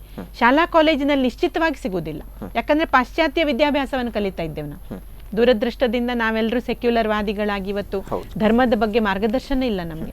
ಜಾತ್ಯತೀತ, ಧರ್ಮ ನಿರಪೇಕ್ಷ ಈ ಎಲ್ಲ ಶಬ್ದದ ಬಳಕೆ ಮಾಡಿ ಇವತ್ತಿನ ಮಕ್ಕಳಲ್ಲಿ ಒಟ್ಟಿನಲ್ಲಿ ಸಂಪೂರ್ಣವಾಗಿ ಧರ್ಮದಿಂದ ವಿಮುಖರಾದಂತಹ ನೈತಿಕ ಅಧೋಗತಿಗೆ ಹೋಗ್ತಾ ಇರುವಂತಹ ಸಮಾಜ ನಿರ್ಮಾಣ ಆಗ್ತಾ ಉಂಟು. ಇವತ್ತು ನಮಗೆ ರ್ಯಾಂಕ್ ಹೋಲ್ಡರ್ಸ್ ಸಿಗ್ತಾರೆ, ಆದ್ರೆ ನಿಮಗೆ ಸಮಾಜದಲ್ಲಿ ಉಪಕಾರ ಮಾಡ್ಲಿಕ್ಕೆ ಅವ್ರು ಬರುವುದಿಲ್ಲ. ಅವನಿಗೆ ಮಾರ್ಕ್ ಸಿಕ್ಕಿರ್ತದೆ, ಆದ್ರೆ ಮಾನವೀಯ ಗುಣಗಳು ಅವನಲ್ಲಿ ಇರುವುದಿಲ್ಲ. ಇದು ಗಮನಿಸಿ ನೀವು. ಇಲ್ಲಿ ಒಂದು ಅಪಘಾತ ಆಯ್ತಂತಾದ್ರೆ ಅವನು ತನ್ನ ಪಾಡಿಗೆ ಹೋಗ್ತಾನೆ, ಆದ್ರೆ ಒಬ್ಬ ಹಳ್ಳಿಯವನು ಬಂದು ನೋಡಿದ್ರೆ ಅವರನ್ನು ಅವರಿಗೆ ನೀರು ಕೊಡುದು, ಅವರಿಗೆ ಏನಾದ್ರೂ ಸಹಾಯ ಮಾಡುವುದು ಮಾಡ್ತಾರೆ. ಜ್ಞಾನ ಅನ್ನುವಂಥದ್ದು ವಿಜ್ಞಾನ ಅನ್ನುವಂಥದ್ದು ಇಲ್ಲಿ ಇದು ಜ್ಞಾನವಲ್ಲವೇ ಅಲ್ಲ, ಇದು ಅಜ್ಞಾನ. ಹಾಗಾಗಿ ನಮ್ಮ ಹಿರಿಯರು ಗುರುಗಳು ಏನ್ ಹೇಳ್ತಾರೆ, ಅದು ಅವಿದ್ಯೆ ಅಂತ ಹೇಳ್ತಾರೆ, ಅವಿದ್ಯಾಮಾಯೆ. ನಾವಿವತ್ತು ಡಿಗ್ರಿ ಒಂದಿಷ್ಟು ನಮ್ಮ ಹತ್ರ ಎಲ್ಲ ಇರ್ತದಲ್ಲ, MCom, MSc, MPhil ಎಲ್ಲ ಹಾಕಿಕೊಳ್ತೇವೆ ನಾವು. ಅದರಲ್ಲಿ ಮನುಷ್ಯನಲ್ಲಿರ್ಬೇಕಾದ ಗುಣ ಅವನಲ್ಲಿ ಇರುವುದಿಲ್ಲ. ಅವನಿಗೆ ಒಂದಿಷ್ಟು ಮಾಹಿತಿ ಇರ್ತದೆ, ಇನ್ಫಾರ್ಮೇಶನ್ ಇರ್ತದೆ ಅವನಲ್ಲಿ, ಆದ್ರೆ ಮಾನವೀಯ ಮೌಲ್ಯ ಗುಣಗಳು ಇದ್ಯಾವುದು ಅವನಲ್ಲಿ ಇರುವುದಿಲ್ಲ. ಇದನ್ನು ಬೆಳೆಸುವ ಸಂಸ್ಕಾರ ಕೇವಲ ಗುರುಗಳು ಮಾಡ್ತಾರೆ. ಶಿಕ್ಷಕರು ನಮ್ಗೆ ಇನ್ಫಾರ್ಮೇಶನ್ ಕೊಡ್ತಾರೆ, ನಿಮಗೆ ಗಣಿತ, ವಿಜ್ಞಾನ, ಸಮಾಜ ಶಾಸ್ತ್ರ ಇದೆಲ್ಲ ಗೊತ್ತಿರಬಹುದು, ಆದ್ರೆ ನಿಮ್ಮಲ್ಲಿ ಮೌಲ್ಯಗಳಿಲ್ಲ. ದಯೆ, ಸಹಾನುಭೂತಿ, ಕರುಣೆ, ಪ್ರೇಮ, ಒಬ್ಬರ ಜೊತೆ ಹಂಚಿಕೊಳ್ಳುವುದು, ಯಾರು ಹೇಳಿಕೊಟ್ಟು ಬರುವಂತದ್ದು ಅಲ್ಲ, ಅದು ಅಲ್ಲ. ಆ ಸಂಸ್ಕಾರದಿಂದ ಇವತ್ತು ಸಮಾಜ ವಂಚಿತ ಆಗ್ತಾ ಇದೆ. ಆ ಕೊರತೆಯನ್ನು ಇವತ್ತು ಧಾರ್ಮಿಕ ಸಂಘಟನೆಗಳು ಪೂರೈಸಬೇಕಾಗಿದೆ. ನಮ್ಮ ಮಕ್ಕಳಿಗೆ ಮಾರ್ಕ್ ಸಿಗ್ತದೆ, ಆದ್ರೆ ಅವನಲ್ಲಿ ಮಾನವೀಯ ಗುಣಗಳು ಬರುವುದಿಲ್ಲ. ಇದು ಇವತ್ತಿನ ವಿಜ್ಞಾನ ಯುಗದ ಘೋರ ದುಷ್ಪರಿಣಾಮ. ಇದರ ಬಗ್ಗೆ ಇವತ್ತು ಅರಿವಿಲ್ಲದೆ ಒಂದು ಮಾನವೀಯತೆ ರಹಿತವಾದಂತಹ ಜನಾಂಗವೇ ನಿರ್ಮಾಣ ಆಗಿದೆ. ಈಗ ಅದನ್ನು ಪುನಃ ಬದಲಾಯಿಸಬೇಕು ನಾವು. ಅಂತಹ ಜವಾಬ್ದಾರಿ ಇವತ್ತು ಆಧ್ಯಾತ್ಮಿಕ ಸಂಘಟನೆಗಳ ಮೇಲಿದೆ. ಆ ಮಹಾನ್ ಕಾರ್ಯವನ್ನು ಸಮರ್ಥವಾಗಿ ಇವತ್ತು ಸನಾತನ ಸಂಸ್ಥೆ ಅಂತ ಸಂಘಟನೆಗಳು ನಿಭಾಯಿಸ್ತಾ ಇದ್ದಾವೆ. ಎಸ್, ಈಗ ಕಾರ್ಯಕ್ರಮದ ಒಂದು ಅಂತಿಮ ಹಂತಕ್ಕೆ ನಾವು ಬಂದಿದ್ದೇವೆ ಮೇಡಮ್. ಇಷ್ಟೊತ್ತು ಉತ್ತಮವಾದ ಒಂದು ಮಾಹಿತಿಯನ್ನು ನೀವು ನೀಡಿದ್ದೀರಾ, ಮಾರ್ಗದರ್ಶನವನ್ನು ಕೂಡ ನೀಡಿದ್ದೀರಾ. ಸೊ ಈಗ ಅಂತಿಮವಾಗಿ ನಮ್ಮ ವೀಕ್ಷಕರಾಗಿರ್ಬೋದು ಅಥವಾ ಈಗಿನ ಒಂದು ಯುವ ಜನಾಂಗಕ್ಕೆ ಯಾವ ರೀತಿಯ ಒಂದು ಸಂದೇಶವನ್ನು ನೀಡೋದಕ್ಕೆ ಇಷ್ಟಪಡ್ತೀರಾ? ನಾವು ಎಷ್ಟೇ ವಿಜ್ಞಾನದಲ್ಲಿ ಮುಂದುವರಿಬಹುದು ಅಥವಾ ಶಿಕ್ಷಣ ಅಂತ ಈಗ ಹೇಳ್ತಾ ಇರುವಂತಹ ಅದರಲ್ಲಿ ಎಷ್ಟೇ ನಾವು ಮುಂದೆ ಹೋದ್ರೂ ಕೂಡ ನಮ್ಮ ಮೂಲ ಅಂದ್ರೆ ಆಧ್ಯಾತ್ಮಿಕ ಮೂಲ ಇದೆ ಅಲ್ಲ, ಇದನ್ನು ನಾವು ಬಿಡಬಾರ್ದು. ಅಂದ್ರೆ ಒಂದು ವೃಕ್ಷ ತನ್ನ ಬೇರನ್ನೇ ಕಡ್ಕೊಂಡ ಹಾಗೆ ಆ ಬೇರನ್ನು ಕಡಿದ ಮರ ಹೆಚ್ಚು ದಿನ ಬಾಳುವುದಿಲ್ಲ. ಇವತ್ತು ನಾವೇನಾಗಿದೆ, ನಮ್ಮ ಸಂಸ್ಕಾರಗಳು, ನಮ್ಮ ಧಾರ್ಮಿಕ ವಿಧಿವಿಧಾನಗಳು, ಈ ಶಾಸ್ತ್ರಗಳು ಇದೆಲ್ಲವನ್ನು ಹಿಂದಿನ ಕಾಲದಂತೇಳಿ ಕಡೆಗಣಿಸಿ ಆಧುನಿಕ ವಿಜ್ಞಾನ ಹೇಳಿದಂತಹ ಅಥವಾ ಆಧುನಿಕ ವಿದ್ಯಾಭ್ಯಾಸದ ಮಾರ್ಗದಲ್ಲಿ ಒಂದು ನೈತಿಕತೆಯನ್ನು ಸಂಪೂರ್ಣವಾಗಿ ಬಿಟ್ಟು ಅಧೋಗತಿಯತ್ತ ಸಾಗ್ತಾ ಇರುವಂತಹ ಸಮಾಜ ಇವತ್ತು ನಾವು ಕಾಣ್ತಾ ಇದ್ದೇವೆ. ಇದು ಎಲ್ಲರೂ ಗಮನಿಸಿ ಇದರ ಬಗ್ಗೆ ಕಾರ್ಯನಿರತರಾಗದಿದ್ರೆ ಮುಂದೆ ಇದನ್ನು ಸರಿಪಡಿಸಲಾಗದಂತಹ ಒಂದು ದುರಂತಗಳು ಸಂಭವಿಸಬಹುದು. ಈಗಲೇ ನಾವು ನೋಡ್ತಾ ಇದ್ದೇವೆ, ಸಮಾಜದಲ್ಲಿ ಮಾನವೀಯತೆ ಇಲ್ಲದಂತಹ ಒಂದು ಜನಾಂಗ ನಿರ್ಮಾಣ ಆಗ್ತಾ ಇದೆ. ಅವರಲ್ಲಿ ಡಿಗ್ರಿಗಳಿದೆ, ಆದರೆ ಅವರಲ್ಲಿ ಮನುಷ್ಯತ್ವ ಇಲ್ಲ, ಅಂತಹ ಪರಿಸ್ಥಿತಿ ಇದೆ. ಇದನ್ನು ಬದಲಾಯಿಸಬೇಕಾದ್ರೆ ನಾವು ಪುನಃ ಮೌಲ್ಯಯುತವಾದಂತಹ ಸಂಸ್ಕಾರವನ್ನು ನೀಡುವಂತಹ ಶಿಕ್ಷಣ ಪದ್ಧತಿಯನ್ನು ಅಳವಡಿಸಿಕೊಳ್ಬೇಕು. ಗುರುಕುಲ ಪದ್ಧತಿಯನ್ನು ಪುನಃ ಅಳವಡಿಸಬೇಕು. ನಾವು ಅಲ್ಲಿ ಕೇವಲ ಡಿಗ್ರಿ ಹೋಲ್ಡರ್ಸ್ ಎಂಬ ಒಂದು ಕಾರ್ಖಾನೆ ಆಗಿರ್ಲಿಲ್ಲ ನಮ್ಮ ಗುರುಕುಲಗಳು. ಮನುಷ್ಯರನ್ನು ನಿರ್ಮಾಣ ಮಾಡ್ತಾ ಇದ್ರು ಅವರು. ಪೃಥ್ವಿಯ ಮೇಲೆ ಹೇಗೆ ಬಾಳ್ಬೇಕು, ನಾನು ನನ್ನ ಪ್ರಕೃತಿಯ ಜೊತೆ ಯಾವ ರೀತಿ ಅದರ ಜೊತೆಗೆ ಮೇಳೈಸ್ತಾ ನಾನು ಬಾಳ್ಬೇಕು. ಇವತ್ತಿನ ವಿಜ್ಞಾನದ ಹಾಗೆ ಅಲ್ಲ, ಇದು ವಿನಾಶದತ್ತ ಸಾಗ್ತಾ ಉಂಟು. ಹಾಗಾಗಿ ಇದೆಲ್ಲದರ ಬಗ್ಗೆ ಎಲ್ಲರೂ ಚಿಂತನೆ ಮಾಡಬೇಕು. ಮತ್ತೆ ಈ ಕ್ಷೇತ್ರದಲ್ಲಿ ಅನುಭವ ಇರುವಂತಹ ಧಾರ್ಮಿಕ ಗುರುಗಳ ಒಂದು ಸಲಹೆ ಸೂಚನೆ ತೆಕ್ಕೊಂಡು ಶಿಕ್ಷಣ ಪದ್ಧತಿಯನ್ನು ಬದಲಾಯಿಸಿದ್ರೆ ಮಾತ್ರ ಮುಂದಿನ ಜನಾಂಗ ಬಹುಶಃ ಪುನಃ ನಮ್ಮ ಹಿಂದಿನ ಗತವೈಭವಕ್ಕೆ ಭಾರತ ಮರಳಬಹುದು. ವಿಶ್ವ ಕೂಡ ಪುನಃ ವಿನಾಶದಿಂದ ಪುನಃ ಒಂದು ಸಮೃದ್ಧಿಯ ಕಡೆಗೆ ಬರಬಹುದು. ಹೀಗೆ ನಮ್ಮ ಅಭಿಪ್ರಾಯ. ಆ ಪ್ರಯತ್ನಗಳನ್ನೇ ಎಲ್ಲ ಧಾರ್ಮಿಕ ಸಂಘಟನೆಗಳು ಪುನಃ ಮಾಡಬೇಕು. ಮತ್ತು ಈ ನಿಟ್ಟಿನಲ್ಲಿ ನಮ್ಮಂತಹ ಸನಾತನ ಸಂಸ್ಥೆ ತನ್ನ ವಿವಿಧ ಉಪಕ್ರಮಗಳ ಮೂಲಕ, ಅಂದರೆ ಸತ್ಸಂಗಗಳಿರ್ಬೋದು, ಬಾಲ ಸಂಸ್ಕಾರ, ಪ್ರವಚನಗಳು, ವೆಬ್ಸೈಟ್ಗಳು, ಗ್ರಂಥಗಳು, ಧರ್ಮ ಶಿಕ್ಷಣ ಫಲಕಗಳು, ಈ ಎಲ್ಲದರ ಮಾಧ್ಯಮದಿಂದ ಕಳೆದ 25 ವರ್ಷಗಳಿಂದ ನಿರಂತರ ಈ ಸಮಾಜದಲ್ಲಿ ಧರ್ಮ ಪ್ರಸಾರ ಮಾಡಿ ಪುನಃ ಸಂಸ್ಕಾರಯುತವಾದ ಪೀಳಿಗೆಯನ್ನು ನಿರ್ಮಾಣ ಮಾಡುವಂತಹ ಪ್ರಯತ್ನಗಳನ್ನು ಮಾಡ್ತಾ ಇದ್ದೇವೆ. ಹಾಗಾಗಿ ಇದರ ಬಗ್ಗೆ ಕೂಡ ಎಲ್ಲ ಸಮಾಜದವರು ತಮ್ಮ ಏನೆಲ್ಲ ಸಾಧ್ಯ ಇದೆ ಅಂತಹ ಸಹಕಾರವನ್ನು ಇಂತಹ ಸಂಘಟನೆಗಳಿಗೆ ಕೊಟ್ಟರೆ ನಿಶ್ಚಿತವಾಗಿ ಸಮಾಜದಲ್ಲಿ ಬದಲಾವಣೆ ಸಾಧ್ಯ ಇದೆ. ಮತ್ತು ಈ ಎಲ್ಲ ನಿಟ್ಟಿನಲ್ಲಿ ನಮಗೆ ಕಾರ್ಯ ಮಾಡಲಿಕ್ಕೆ ಆ ಗುರುಗಳೇ ಶಕ್ತಿಯನ್ನು ನೀಡಲಿ. ಭಗವಂತ ನಮ್ಮ ಇಡೀ ಸಮಾಜದಲ್ಲಿ ಈಗ ಏನು ಅಧರ್ಮ ತಾಂಡವವಾಡ್ತಾ ಇದೆ ಇದೆಲ್ಲವೂ ನಾಶವಾಗಿ ಧರ್ಮದ ಸಂಸ್ಥಾಪನೆ ಪುನಃ ಆಗಲಿ ಅಂತ ಹೇಳಿ ಈ ಗುರುಪೂರ್ಣಿಮೆ ಪರ್ವಕಾಲದಲ್ಲಿ ಗುರುಚರಣಗಳಲ್ಲಿ ಪ್ರಾರ್ಥಿಸ್ತಾ ನಮ್ಮ ವಿಷಯವನ್ನು ಇಲ್ಲಿಗೆ ಮುಕ್ತಾಯ ಮಾಡ್ತೇವೆ. ಧನ್ಯವಾದ ಮೇಡಮ್. ಇಷ್ಟೊತ್ತು ಕಾರ್ಯಕ್ರಮಕ್ಕೆ ಬಂದು ತಮ್ಮ ಒಂದು ಅಮೂಲ್ಯವಾದ ಸಮಯವನ್ನು ಕಳೆದಿದ್ದೀರಾ. ಇದಲ್ಲದೆ ನಮ್ಮ ವೀಕ್ಷಕರಿಗೆ ಒಂದು ಗುರು ಮತ್ತು ಶಿಷ್ಯರ ಮಧ್ಯೆ ಇರುವಂತಹ ನಿಜವಾದ ಬಾಂಧವ್ಯದ ಕುರಿತು ಕೂಡ ಸಾಕಷ್ಟು ಮಾಹಿತಿಯನ್ನು ನೀಡಿದ್ದೀರಾ. ಧನ್ಯವಾದ ಕಾರ್ಯಕ್ರಮದಲ್ಲಿ ಭಾಗವಹಿಸಿದೆ. ನಮಸ್ಕಾರ. ಈಗಾಗಲೇ ಹೇಳಿದ ಹಾಗೆ ವೀಕ್ಷಕರೇ, ಗುರು ಮತ್ತು ಶಿಷ್ಯರ ಒಂದು ಬಾಂಧವ್ಯ ಅನ್ನುವಂಥದ್ದು ಕೇವಲ 1 ವರ್ಷಕ್ಕೂ ಅಥವಾ ಒಂದು ಡಿಗ್ರಿ ಮುಗಿಯೋ ತನಕನೋ ಅಥವಾ PUC ಮುಗಿಯೋ ತನಕ ಮಾತ್ರ ಸೀಮಿತವಾಗಿರುವಂಥ ಒಂದು ವಿಚಾರ ಅಲ್ಲ. ಗುರು ಅನ್ನುವಂಥದ್ದು ಈಗಾಗಲೇ ಹೇಳಿದ ಹಾಗೆ ಗುರು ಅನ್ನುವಂಥ ಒಂದು ಪದಕ್ಕೆ ವಿಶಿಷ್ಟವಾದ ಸ್ಥಾನಮಾನ ಇದೆ. ಅಜ್ಞಾನದಿಂದ ಜ್ಞಾನದ ಕಡೆಗೆ ಕರೆದುಕೊಂಡು ಹೋಗುವಂಥ ಒಂದು ಮಾರ್ಗದರ್ಶಕರಾಗಿ ಇವರು ಕಾರ್ಯವನ್ನು ನಿರ್ವಹಿಸ್ತಾರೆ. ಸೊ ಎಷ್ಟೇ ಕಾಲಗಳು ಕಳೆದರೂ ಕೂಡ ಈ ಒಂದು ಗುರು ಅನ್ನುವಂಥ ಒಂದು ಪದಕ್ಕೆ ಕೊಡುವಂಥ ನಾವು ಗೌರವ ಆಗಿರ್ಬೋದು ಅಥವಾ ಒಂದು ಸ್ಥಾನಮಾನ ಅನ್ನುವಂಥದ್ದು ಕಮ್ಮಿ ಆಗಬಾರ್ದು, ಇಷ್ಟೇ ದಿನಕ್ಕೆ ಅಂತ ಸೀಮಿತ ಕೂಡ ಆಗಬಾರ್ದು. ಸೊ ಈ ನಿಟ್ಟಿನಲ್ಲಿ ಈಗಾಗಲೇ ಹೇಳಿದ ಹಾಗೆ ಸನಾತನ ಸಂಸ್ಥೆಯು ಕೂಡ ಕಾರ್ಯವನ್ನು ನಿರ್ವಹಿಸ್ತಾ ಇದೆ.